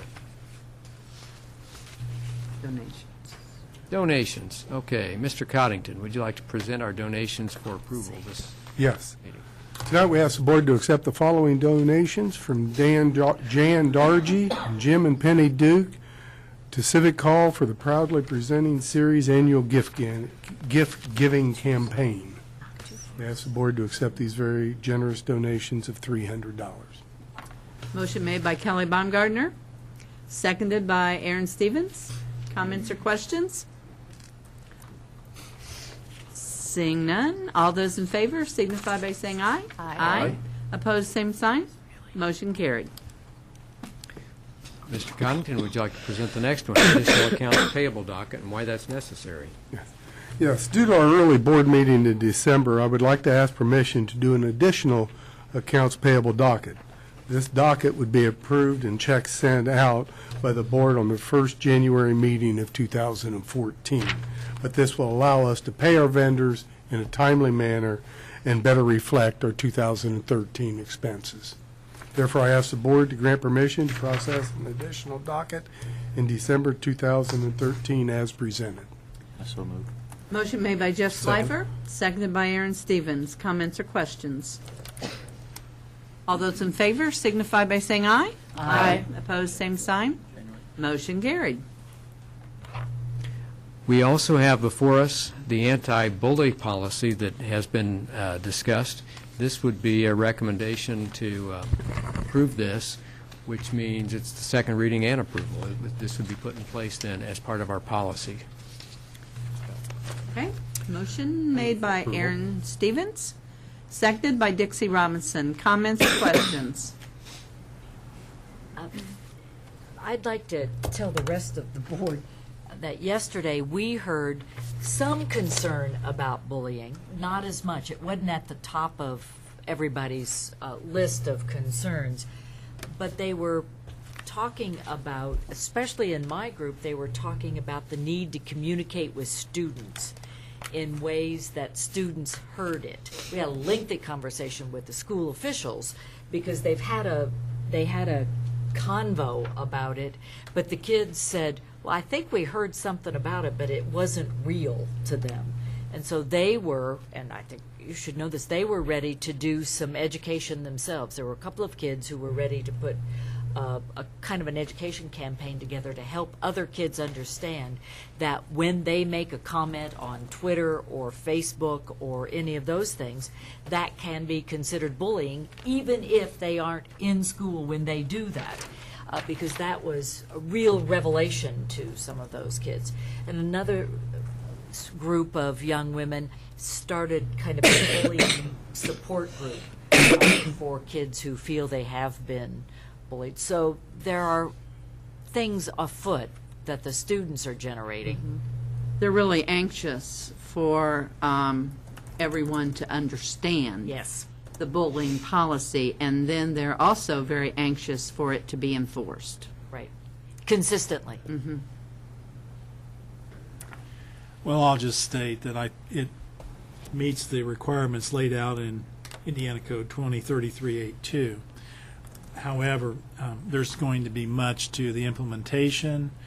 It's going to be a constant issue that we need to bring attention to.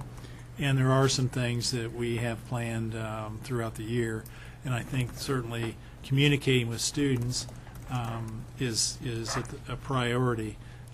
And I would say that we'll start looking at those. And I think what we would say after listening yesterday is you got to go talk to the students about the best way to communicate with them, because Yeah, they basically said, we don't need any more anti-bullying campaigns, but what we need is, we need detail, and we need to have understanding of what this policy really entails. And procedure. Procedure. But they had good ideas about how to communicate with other students, and I think part of the lesson that we should take away from that forum is that we got to listen to students. That's the kind of thing that impacts them, and that's what would be very beneficial. Well, and the other thing I heard is that students listen to students absolutely a larger percentage of the time than they would listen to an adult. I think the word they said for communication. Anyway. That didn't surprise you, did it? No. But we don't listen to the students That's why enough. Challenge Day is so successful. Yes. Exactly. Yeah. All those in favor signify by saying aye. Aye. Opposed, same sign. Motion carried. The next item, 5.05, Policy Section 4000, would be reflecting the work of our Policy Review Committee, and Mrs. Stewart and I have come together on these policies. Section 4000 has to do with support personnel. Number of the policies are new, but a number of the policies also have been changed even from the last time you've seen them. At the last board meeting, we had the selection of policies as they've been presented from Neola, put together with the policies that are in place. The committee came together, recommended a number of changes. So what you see before you would be the changes as recommended. Some of the changes have been even since our review committee came together, because they had to be vetted through our Human Resources Department, and so some of those changes took place even as recently as last week. So I'm recommending for a first reading those policies as presented. Motion made by Kelly Baumgartner. Seconded by I'll second. Aaron Stevens. Comments or questions? And our board people were Pat Heine and Kelly Baumgartner, so thank you very much. Comments or questions? If not, all those in favor signify by saying aye. Aye. Opposed, same sign. Motion carried. The next item is an approval of a grant integrating science, engineering, and mathematics to improve student learning. I'll let Mr. Millis present this. Jennifer Hicks, Dr. Hicks, who works for Purdue University, approached us about participating in another math science grant. And that really was based on the success that we've had with our Indiana Science Initiative and that program. So she had a great desire to continue that partnership with Richmond. Mrs. Fields and I and Dr. Hicks worked on preparing that, and we were successful. The initial amount was at $650,000, but we were able to agree on $450,000 in that grant. I think there are similarities to our prior grant, summer training for teachers, as well as some activities during the school year. A lot of it is aimed at integrating science, math, utilizing engineering and pre-engineering concepts. So I think a lot of that will be reflected in the summer training. We'll see some of the kits that they will be using reflecting the engineering. We currently have a couple of those that do that. The exciting part about this grant, though, the teachers who work on integrating the curriculum will have a week camp for students that will then be instructed by the teachers who have done these lessons. So again, if we look at further expansion of the balanced calendar down the road. I've already talked to her about that maybe becoming one of the times that we do the camp. So that's an interesting addition to this grant. That's neat. Okay, do I have a motion? Pat Heine makes the motion, seconded by Dixie Robinson. Comments or questions? Pat? I have a question about how it connects to or aligns with Project Lead the Way. Well, I'm not sure I can answer that, Mrs. Heine. I do know that there probably will be some connections just because of the engineering aspect. Specifically, they have not shared specific plans and activities that will be a part of that. They have done part of this grant with Avon Schools, and the math curriculum was also Pearson there. So the professors at Purdue will be kind of leading this orientation and staff development. So one or two of those are in the engineering department. So I do believe there'll be a strong connection to the engineering and would be obvious connections to that. And we may be able to work some connections there. Well, Mr. Hilbert was telling me that there is now an elementary project, Lead the Way, but didn't that come out of Purdue? They're both Purdue. I'm a little Yeah, so confused. I would think they would have some connection. Yeah, and there may be some Well, I know at the stronger literacy connections. night at Charles the other night, Mr. Hilbert was there with robots, as you can imagine, these robotic cars, and the line was a mile long to make sure that they got to do all of those things. It's really very intriguing. Is the camp's grade level specific? Well, it would probably mirror the training for the teachers, which is grades kindergarten through 6th grade. That goes to another question that I had that I think might fit here. When I looked at the acuity scores from this fall, our 1st grade acuity math scores didn't reflect. I mean, I kind of wondered what was going on in kindergarten. Have we taken a look at, and maybe this particular project could help with math in kindergarten or something, because there was a kind of a disconnect. Did you notice that? Well, the acuity assessments, Mrs. Fields did some correlations, and at that time we were using the predictive, so she was trying to accumulate data for the other grant that was both language and math. I think this first pre-test and the acuity on the math, I think we have to be careful what we see, but over the course of the year, as we look at it, I think it's something we probably ought to pay attention to. Well, there seemed to be a big drop. The literacy seemed to reflect a good preparation, but the math jumped right out at me. Well, we've had a lot of discussion about that. Dr. Parker has talked with the principals and a lot of the teachers about that particular piece. Thoughts on that?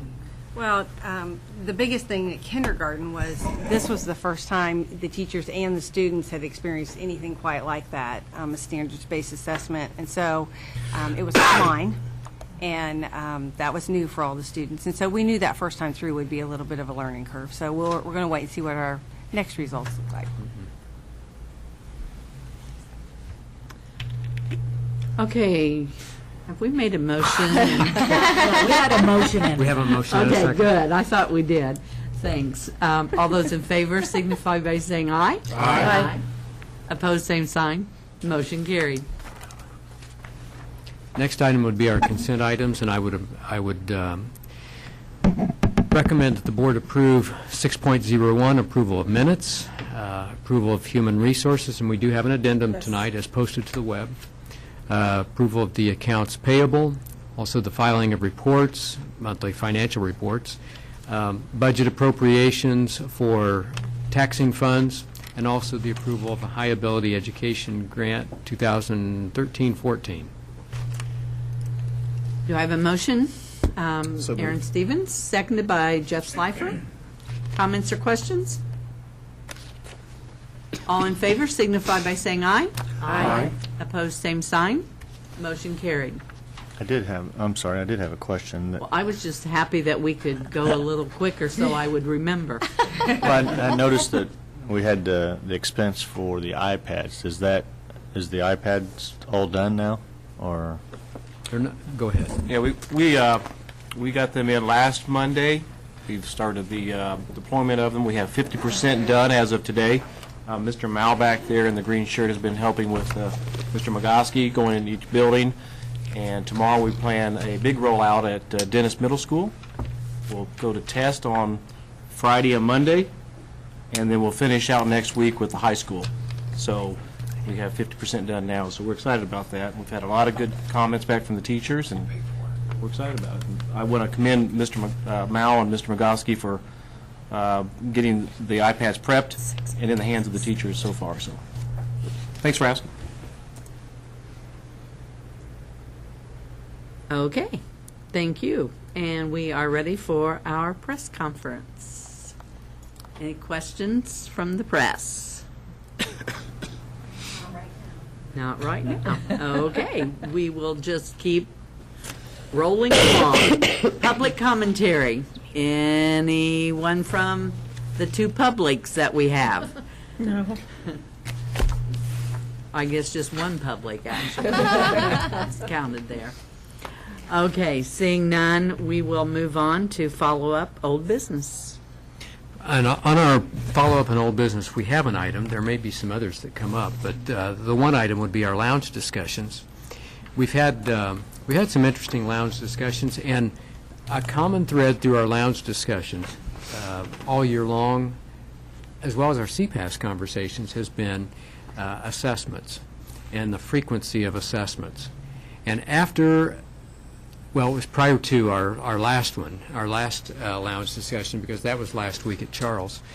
Prior to that, we simply gave back to the buildings the authority to make some revisions in their assessment designs, assessment schedules. Dr. Parker, you want to speak about some of the results of that? Sure. The assessments that we brought on board were basically brought on board by teacher request. And so we brought them on board and we said, we're going to try this. And so Acuity K-2, they recommend every 6 weeks, and 3 through 8, every 9 weeks. Then we added the STAR Reading and STAR Math, which originally was going to be a 3 times a year benchmark assessment. And then because we needed a progress monitoring tool, the decision was made by the RTI team to use that for progress monitoring. And so we ended up with a lot of assessment.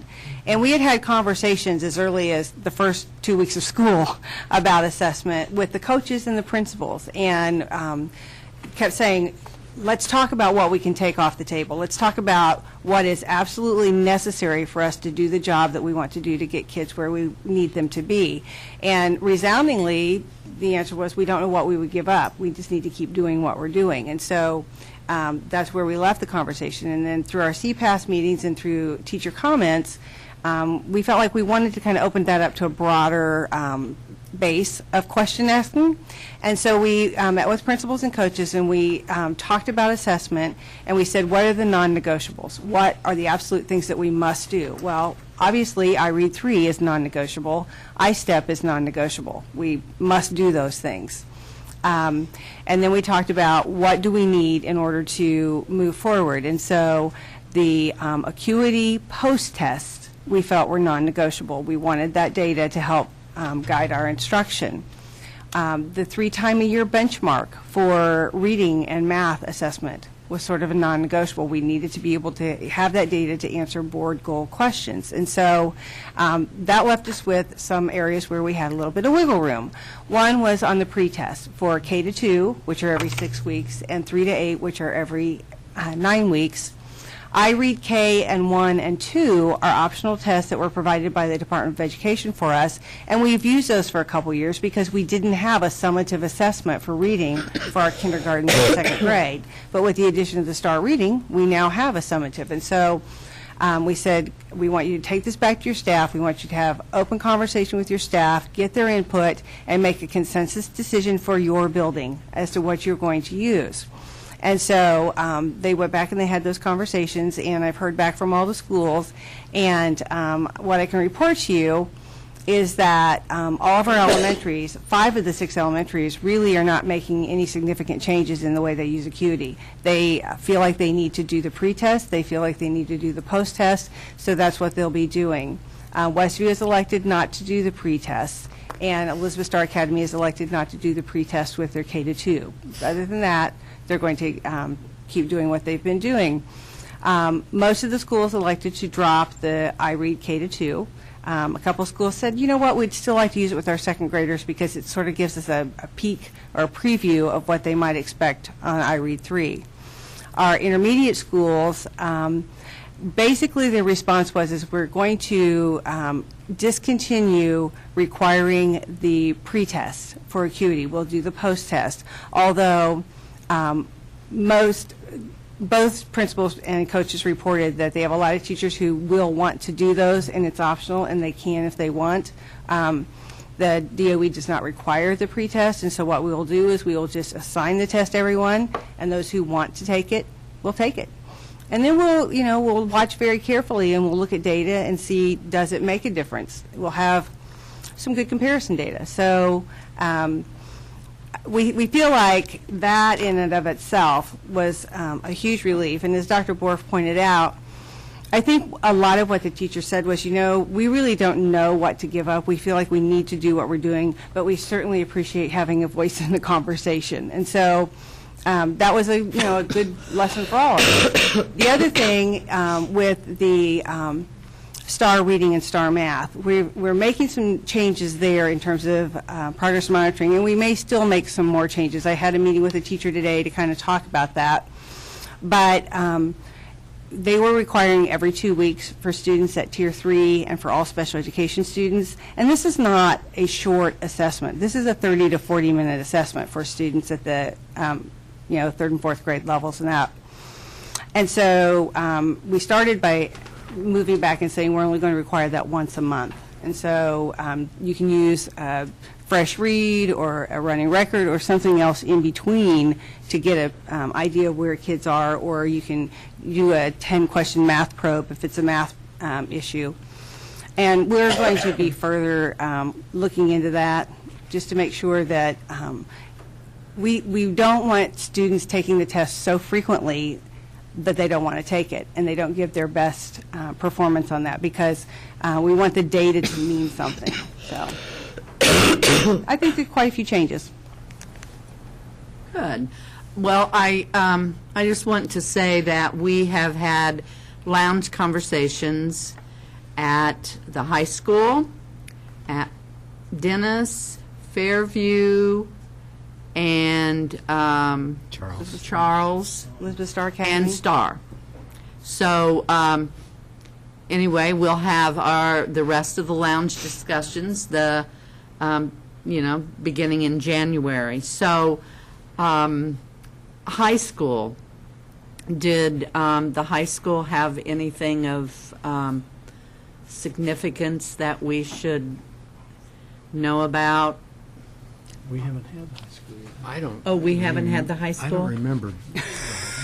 I have a question, though, about them. Okay. We had talked as a board about lounge discussions and perhaps maybe having certain questions or talking points that we wanted to bring up to the teachers so that we were all on the same page. Have we talked about that and finalized it, or am I? Well, I think, if I remember correctly, I think that people had stated that they didn't want to, they wanted the staffs to feel as though they could share what they wanted to share. And I thought we left it that Dr. Borf was, if there became a lull in the conversation, that he was going to pull some things out of his pocket. There's never a lull. We haven't experienced that yet. No, well, and I think that the conversations that we've had were centered around assessment, basically, and I think that's has led to the changes that have been made to date, and that is appreciated. I think that all of the staffs will appreciate the fact that they have a voice in the decisions. We'll So, probably be bringing up assessment at our next discussion, too, just asking how that's working now. Yeah, I think it might be coming up. so I mean, I think that if it's felt that we need to have those talking points, we can revisit that. It's nice to know when you're going in what issues that you think that the teachers want to talk about, and you usually have an idea. It'd be maybe nice if you passed that on to us before, so we could be thinking about different questions we want to ask about those subjects. Because it could be that the next ones that's on the calendar for January through May, there may be a totally different conversation. So does anyone who has participated up to this point have anything more that, I know that I have, and Jeff has, and Dixie has, and I guess I thought that the high school had been done, but evidently not, so. RHS Carl was has. scheduled on 11/11, but I don't know if it That's actually right. happened. Ray asked us to reschedule Because that. I thought I had it on That's my it. calendar, Yeah. so that will be forthcoming then. Yes, it will. Okay. Anybody else? Okay. Well, there are some other items on follow-up and old business, and I'd like to bring one of those up specifically. Pat, at the last meeting, you had your three Three issues. questions, yes. One of those had to do with the Garrison cabin. And that has generated a lot of enthusiastic conversation, and I'd like to ask Mr. Mays to come to the podium, because we've asked him to do a little bit of background work on the Garrison site. And he's here to talk in response to our question about what would it look like if we demolished a part of the Garrison building and maintained a piece of it, a section of it, in order to service the needs of students, the educational community at large, and service the cabin as well. I'll turn it over to you right here.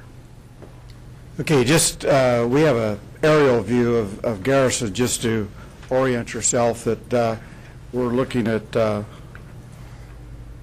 think it's, excuse me, there we go. Of course, New Warner Road, the front elevation of Garrison, and then right back in here in the corner is the cabin. So what we were looking at doing was looking at how much we could demo Garrison's building and still maintain classrooms, restrooms, heat, and so forth. So we looked at some different items. One of the obvious items, but is the most costly one, would be to keep the front, maintain this front area right here, and then tear this part down, this part, and this part right here. So that was,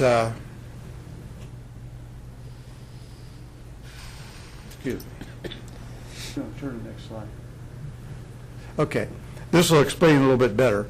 On the east end, we were looking at keeping the gymnasium, the cafeteria, the two kindergartens at the top with that office area, and then the mechanical room, because this part we were looking at, we would have to maintain the heating and air conditioning.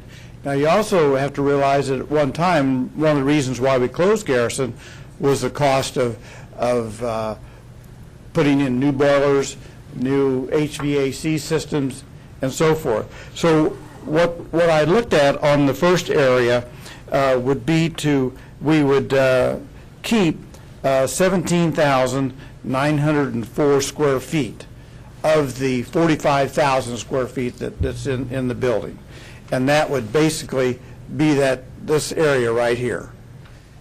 To demo the rest of the building, we would be looking at $97,000 to tear the rest of the building down, take the foundations out, smooth the area out so that we could use that for other purposes. Then to renovate the inside of this area here, we would be looking at around $225,000 to do that. And again, the main cost of that is because new boiler, the water system there, the purity of the water is bad, and that it's oil heat, and the air conditioning system doesn't work. So then when we looked at maybe some other alternatives and the west area, well, the other thing is too, let me remind you that we have no restrooms up in this end. So we were going to take this area right here, which is teachers' restrooms, and make a set of restrooms there, and then take this little restroom area right here and make a set of restrooms there for the students. So you can see that is a costly way to do it. So then we looked at the west end, which is this area right in here. Now the one nice thing about that is we have the restrooms, so that we would only have to have just this section right here, which is boys and girls, and we would delete this area right here. So then we would maintain this area right along here, and then all the rest of the building would be torn down. What we would do here, we would install electric heating units and air conditioning so that we would not have to put a new boiler in, and we would not have to build new toilets. And we would pick up 4 classrooms, which are right in here, and then the library space, which would also service as classrooms, or we could tear this wall out and open that whole space up. So we were looking at then a demo cost now, because we have more square footage that we're demoing out, of $130,760 square foot to demo the rest of the building. The renovation cost of this would be $150,000, because again, when we tear these buildings down, we have to reface part of these walls right here. Then we would have to put new water, new heat, and new air conditioning. So we would have a total of $280,760 to utilize this area right here. The next alternative we would look at would be to utilize this area right in here, which again would give us the restrooms and would give us 8 classroom areas. Or we could do the same thing on the lower area, which would give us 8 classroom areas and the restrooms. Again, we would put in electric heat, and we would get away from the oil. We'd put in a new water system, and that we would already have the restrooms. But now we would now have a demo cost of $123,704, because we're taking out a little bit less than what we were when we did this area, and then we would be looking at a renovation cost of $178,976 for this area right in here, or a total of $302,680. So you can see that there is some cost there, and that again, it's just getting some of the utilities there is some of the main costs. But the positive part is now we would have a building, or partial part of a building, and the cabin, that when a committee could come up with the various uses that we could use this site for. And I think it would be an exciting process of utilizing existing space that we have. Rob was sick today. He wasn't aware of these numbers. Well, Don't worry. also, You'll be retired.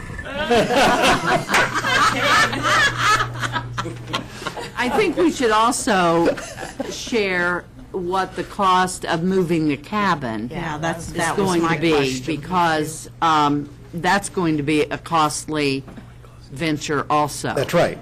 That's right. So what, around 65,000, is that what? Yeah. So about, at least 65,000 to Well, move the you, cap. you also have to look at the 45,872 square feet there. The cost it would be to tear the whole thing down is around 169,000. Let's say you cleared the site, you demoed the building, now you're looking at 169,000 just to tear the building down. Well, and what's the cost of operating it now? I mean, we have to maintain it somewhat. We're and- maintaining right now, we're maintaining around 60 degrees, 58 to 60 degrees temperature. I talked to Glenn today, and he's been out there every day for the last week trying to keep the boiler running. And so we know, and if we shut the building down, paint's peeling off the walls and everything else, so you might as well forget the building if we don't maintain it. Well, the question was, what are we going to do with the cabin? And Sorry, I didn't. It's that out-of-the-box questioning, Pat. the reason, and this all came together very quickly, but in the conversation that we've had, and this conversation's gone no further than just a few of us as we were planning the agenda. The idea was there is no place within the school district nicer than that site at Garrison for the cabin. I mean, we could move it to a site on Charles, we could move it to a site outside of Hibbard and C.R. Richardson, we could move it to Crestdale. But none of those sites offers the advantages that we see and all the features that we see at the Garrison site. So, if we maintain it there, is that enough to convince teachers that they need to use it in some way? And that led to the next conversation that, well, maybe if we kept part of that building to serve as a site for activities, educational activities, could even be a retreat center for adults. What would that look like? We would have to have restrooms, and Mr. Mays has gone over the different combinations of facilities that we could consider. There's not a proposal on the table. There's not. You asked a question. That was fact-finding only. It's just kind of some fun thinking, some dreaming right now, but there's nothing more to it than that yet. There's been some conversation about any partnerships that might be able to be fortified. There's been some conversation about possibility of grant dollars to support some kind of facility like that. So, it's just, again, just sort of. But if you kept the east end, then you have a gym, you have a stage, the various groups, 4-H or whoever would use that out there, would have those type of facilities. You have the cafeteria. I mean, there's a lot of opportunities to make that space very usable. I mean, even after you put the money into it, then you're Correct. still going to have the cost of maintaining it. Absolutely. And if you don't use it. Well, I was getting ready, we were talking about an energy cost adjustment. Absolutely. Wow. And I was thinking about that when he was talking about the Yeah, because you don't have room for luxury items. But No the fact question. that we did close 3 schools probably has already saved us quite a bit in that area, I would think, with the adjustment. Well, I don't know, we still have energy bills at the... Yeah. Well, imagine what they would be. Bob has a comment. As chairman of the Cabin and Caboose Committee. Have they moved the caboose yet? No. If you remember, what we did is that we came and secured this building. And we put a locked door here for the restrooms. We put a locked door here. We made 2 classrooms here. We put tables, desks, and chairs ready for the cabin to come in to use this and do this. And while we have an understanding that we would like to see this used, there has not been one request to go to that cabin in 18 months, and I don't see anything on the future. Yeah. Now, I do like the idea of doing something with this building. Demolition is probably the best alternative. Right. But should, we put expense and money into that to make it available, to keep it maintained, to have we've got bottled water out there for them to drink because the water's not, we've got water in the restrooms and it could be used. And not one request. And when I asked the principals, probably within the last 2 months, they said, if you haven't noticed, Mr. Coddington, we're very busy. We can't get out there. So if that is the future. So they do know it's available. It was made available that all we wanted to do is we'll get you the buses out there. We will go unlock the cabin. We will take the windows. We will do anything. We will give you educational space for it.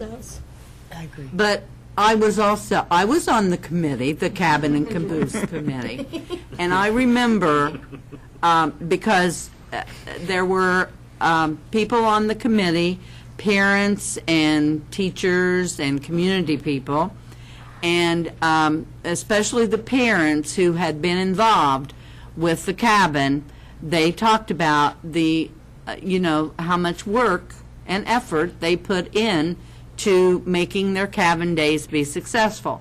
One of the things we talked about, and I remember specifically talking about this, was that if there isn't someone in charge of making it happen, then it's probably, of coordinating it, then it's probably not going to happen. And that is exactly what has happened. We have no one who is coordinating those efforts. And people are very busy in their schools.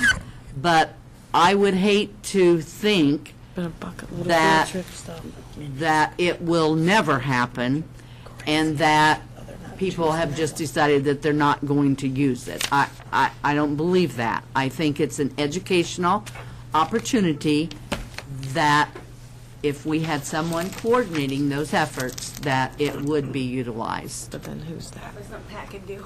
Yeah, sure. Now, maybe I'm wrong, but that's what I'm thinking. Well, go ahead, Jeff. Well, I guess, I don't know what's required as a school corporation for us to provide, but I would be one in favor of let's demo the whole building. But my question would be, could we provide in its place a pole barn type structure that just had a roof on it to keep them keep students or anybody that wanted to use the out of the weather? But just make it like an outdoor auditorium type of a structure. If we, are we provided, or are we required to provide more than that? I mean, would you? You'd still have to have restrooms? Well, that's what I'm saying. I mean, I was thinking like an outdoor amphitheater type of a setup or something like that. But, I mean, we could build a structure like that for next to nothing. But would that be compliant with what we're required of students? Well, it really depends on what we want to use that site for. And we haven't, we were just doing some dreaming. That's all we were doing. And it may very well be that we're going down the road that no one wants to follow us on. If Bob is right, there's not a principal who would support it, not a teacher who would support it, not a parent who would support it, and I'm not so sure we could say that without talking about the possibilities. As a school corporation, we don't really have to, there's no requirement that we put anything out there.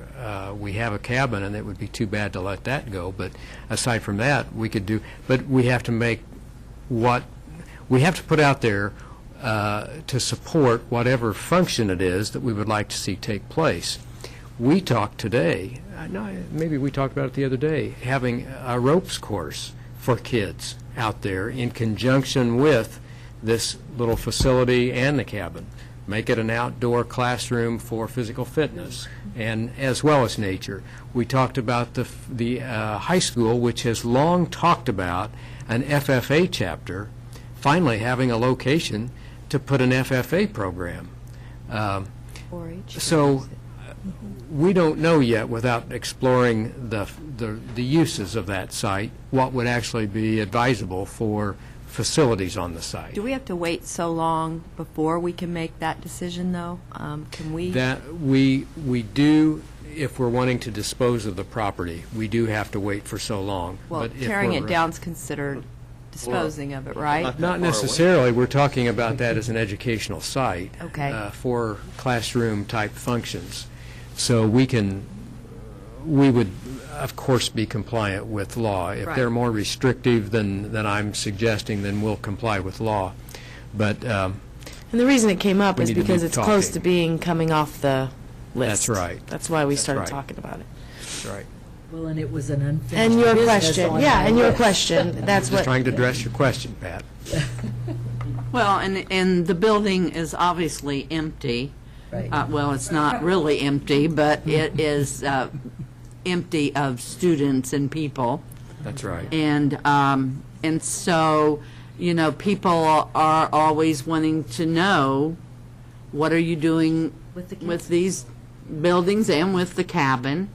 And, you know, we've been fortunate that we haven't had vandalism, but those are things that we have to think about, you know, and think about what kind of opportunities it might provide for our kids. Now, we have had some student groups using the building.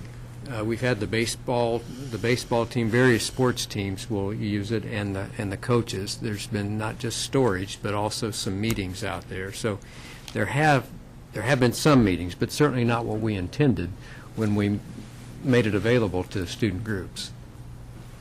You know, the only thing that might come up, it could come up tomorrow, or it could come up 6 months from now, is how much money do we want to put in to maintain the heating system? Well, I mean, they're still working, but he's working on it. They had a guy out there daily for the last week and a half to keep them going. Well, and you said it, how much money you want, I mean, because we were cringing at it, spending $65,000 or $70,000 just to move it. Yep. So, Well, there will be much more conversation on that. We're just beginning. The other question, Could I just have one? Dixie needs to ask me a question. Oh, about Yes, the I bleachers. do. Yes. In a building that's full of kids, how's the bleachers Drum roll, going? please.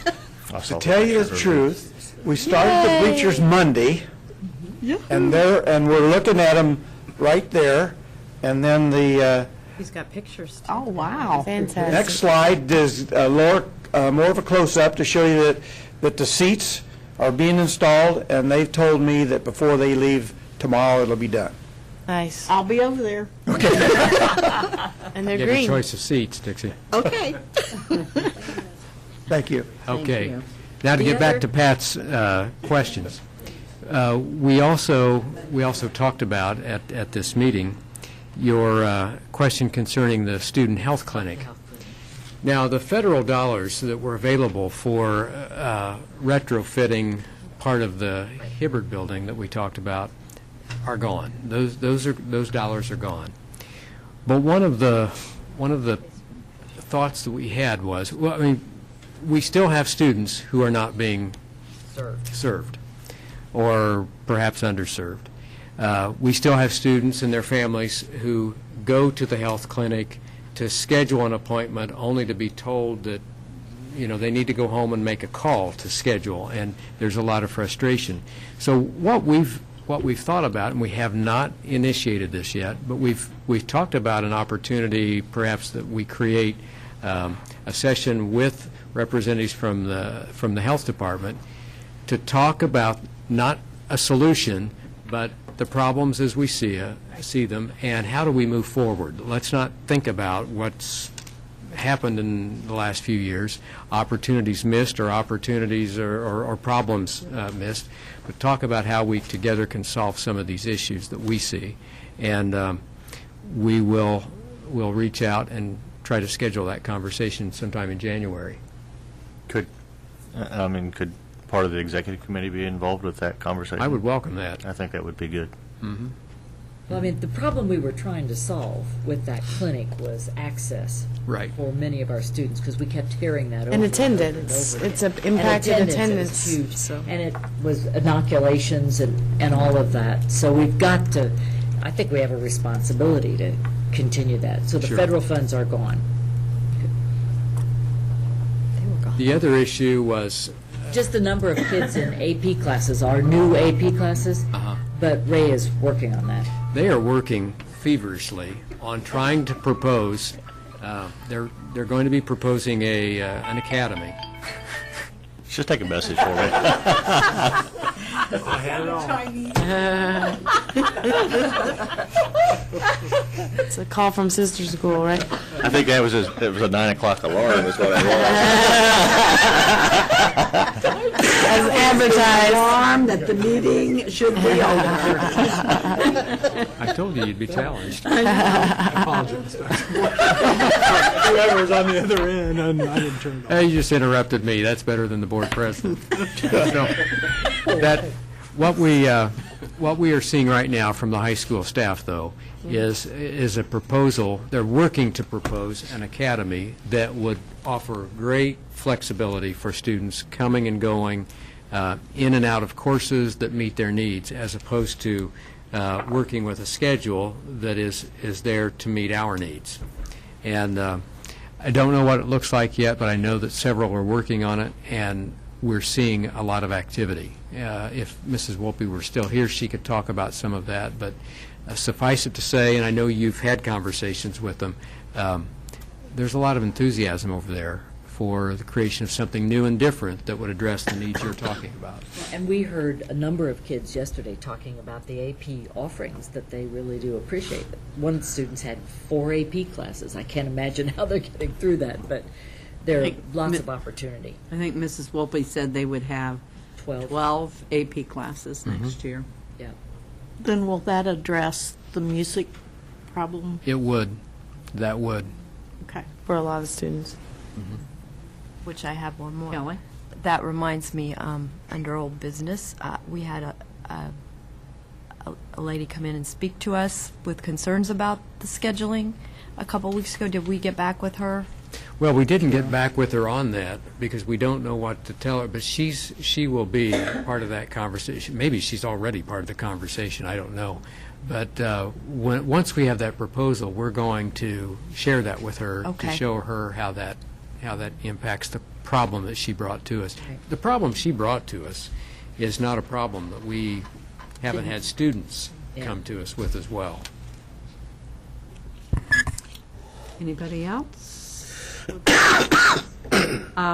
Celebrations aren't on here, but we can certainly put them on here. They usually, for some reason, aren't on when we have a work session. So Well, you know what? We do have a joy of learning. Do we have that photo? At Crestdale, they're having a door decoration contest. Could we have that? Could we have that? Lights turned down a little bit. I Oh, don't know that that's we're going to see this. adorable. This is a first grade classroom, and more than half of those students don't have their front teeth. What a cute idea. I think I recognize one of those kids. There are doors all over that building that are decorated, and I think Mrs. Stewart had to judge that. I did, and I took pictures of all the doors on my iPad, and I've gathered feedback from several people who work here at Central Office. It's quite a challenging task. Somebody had to do it, though. I like that We one. understand. Yeah. it That's is. really great. There are a lot of activities going on throughout the district right now in conjunction with the holidays that are also learning activities. We also had a number of students, Mr. Bettner reported, have qualified for state honors at ISMA in January. I mean, good things are happening, and they're popping up all over the district. Great. Well, anyone else? Guess we need to wish everybody a happy holiday. Bon voyage, Pat. And, I get to sign my last. and this is Pat's last meeting, so we certainly celebrate her and her service.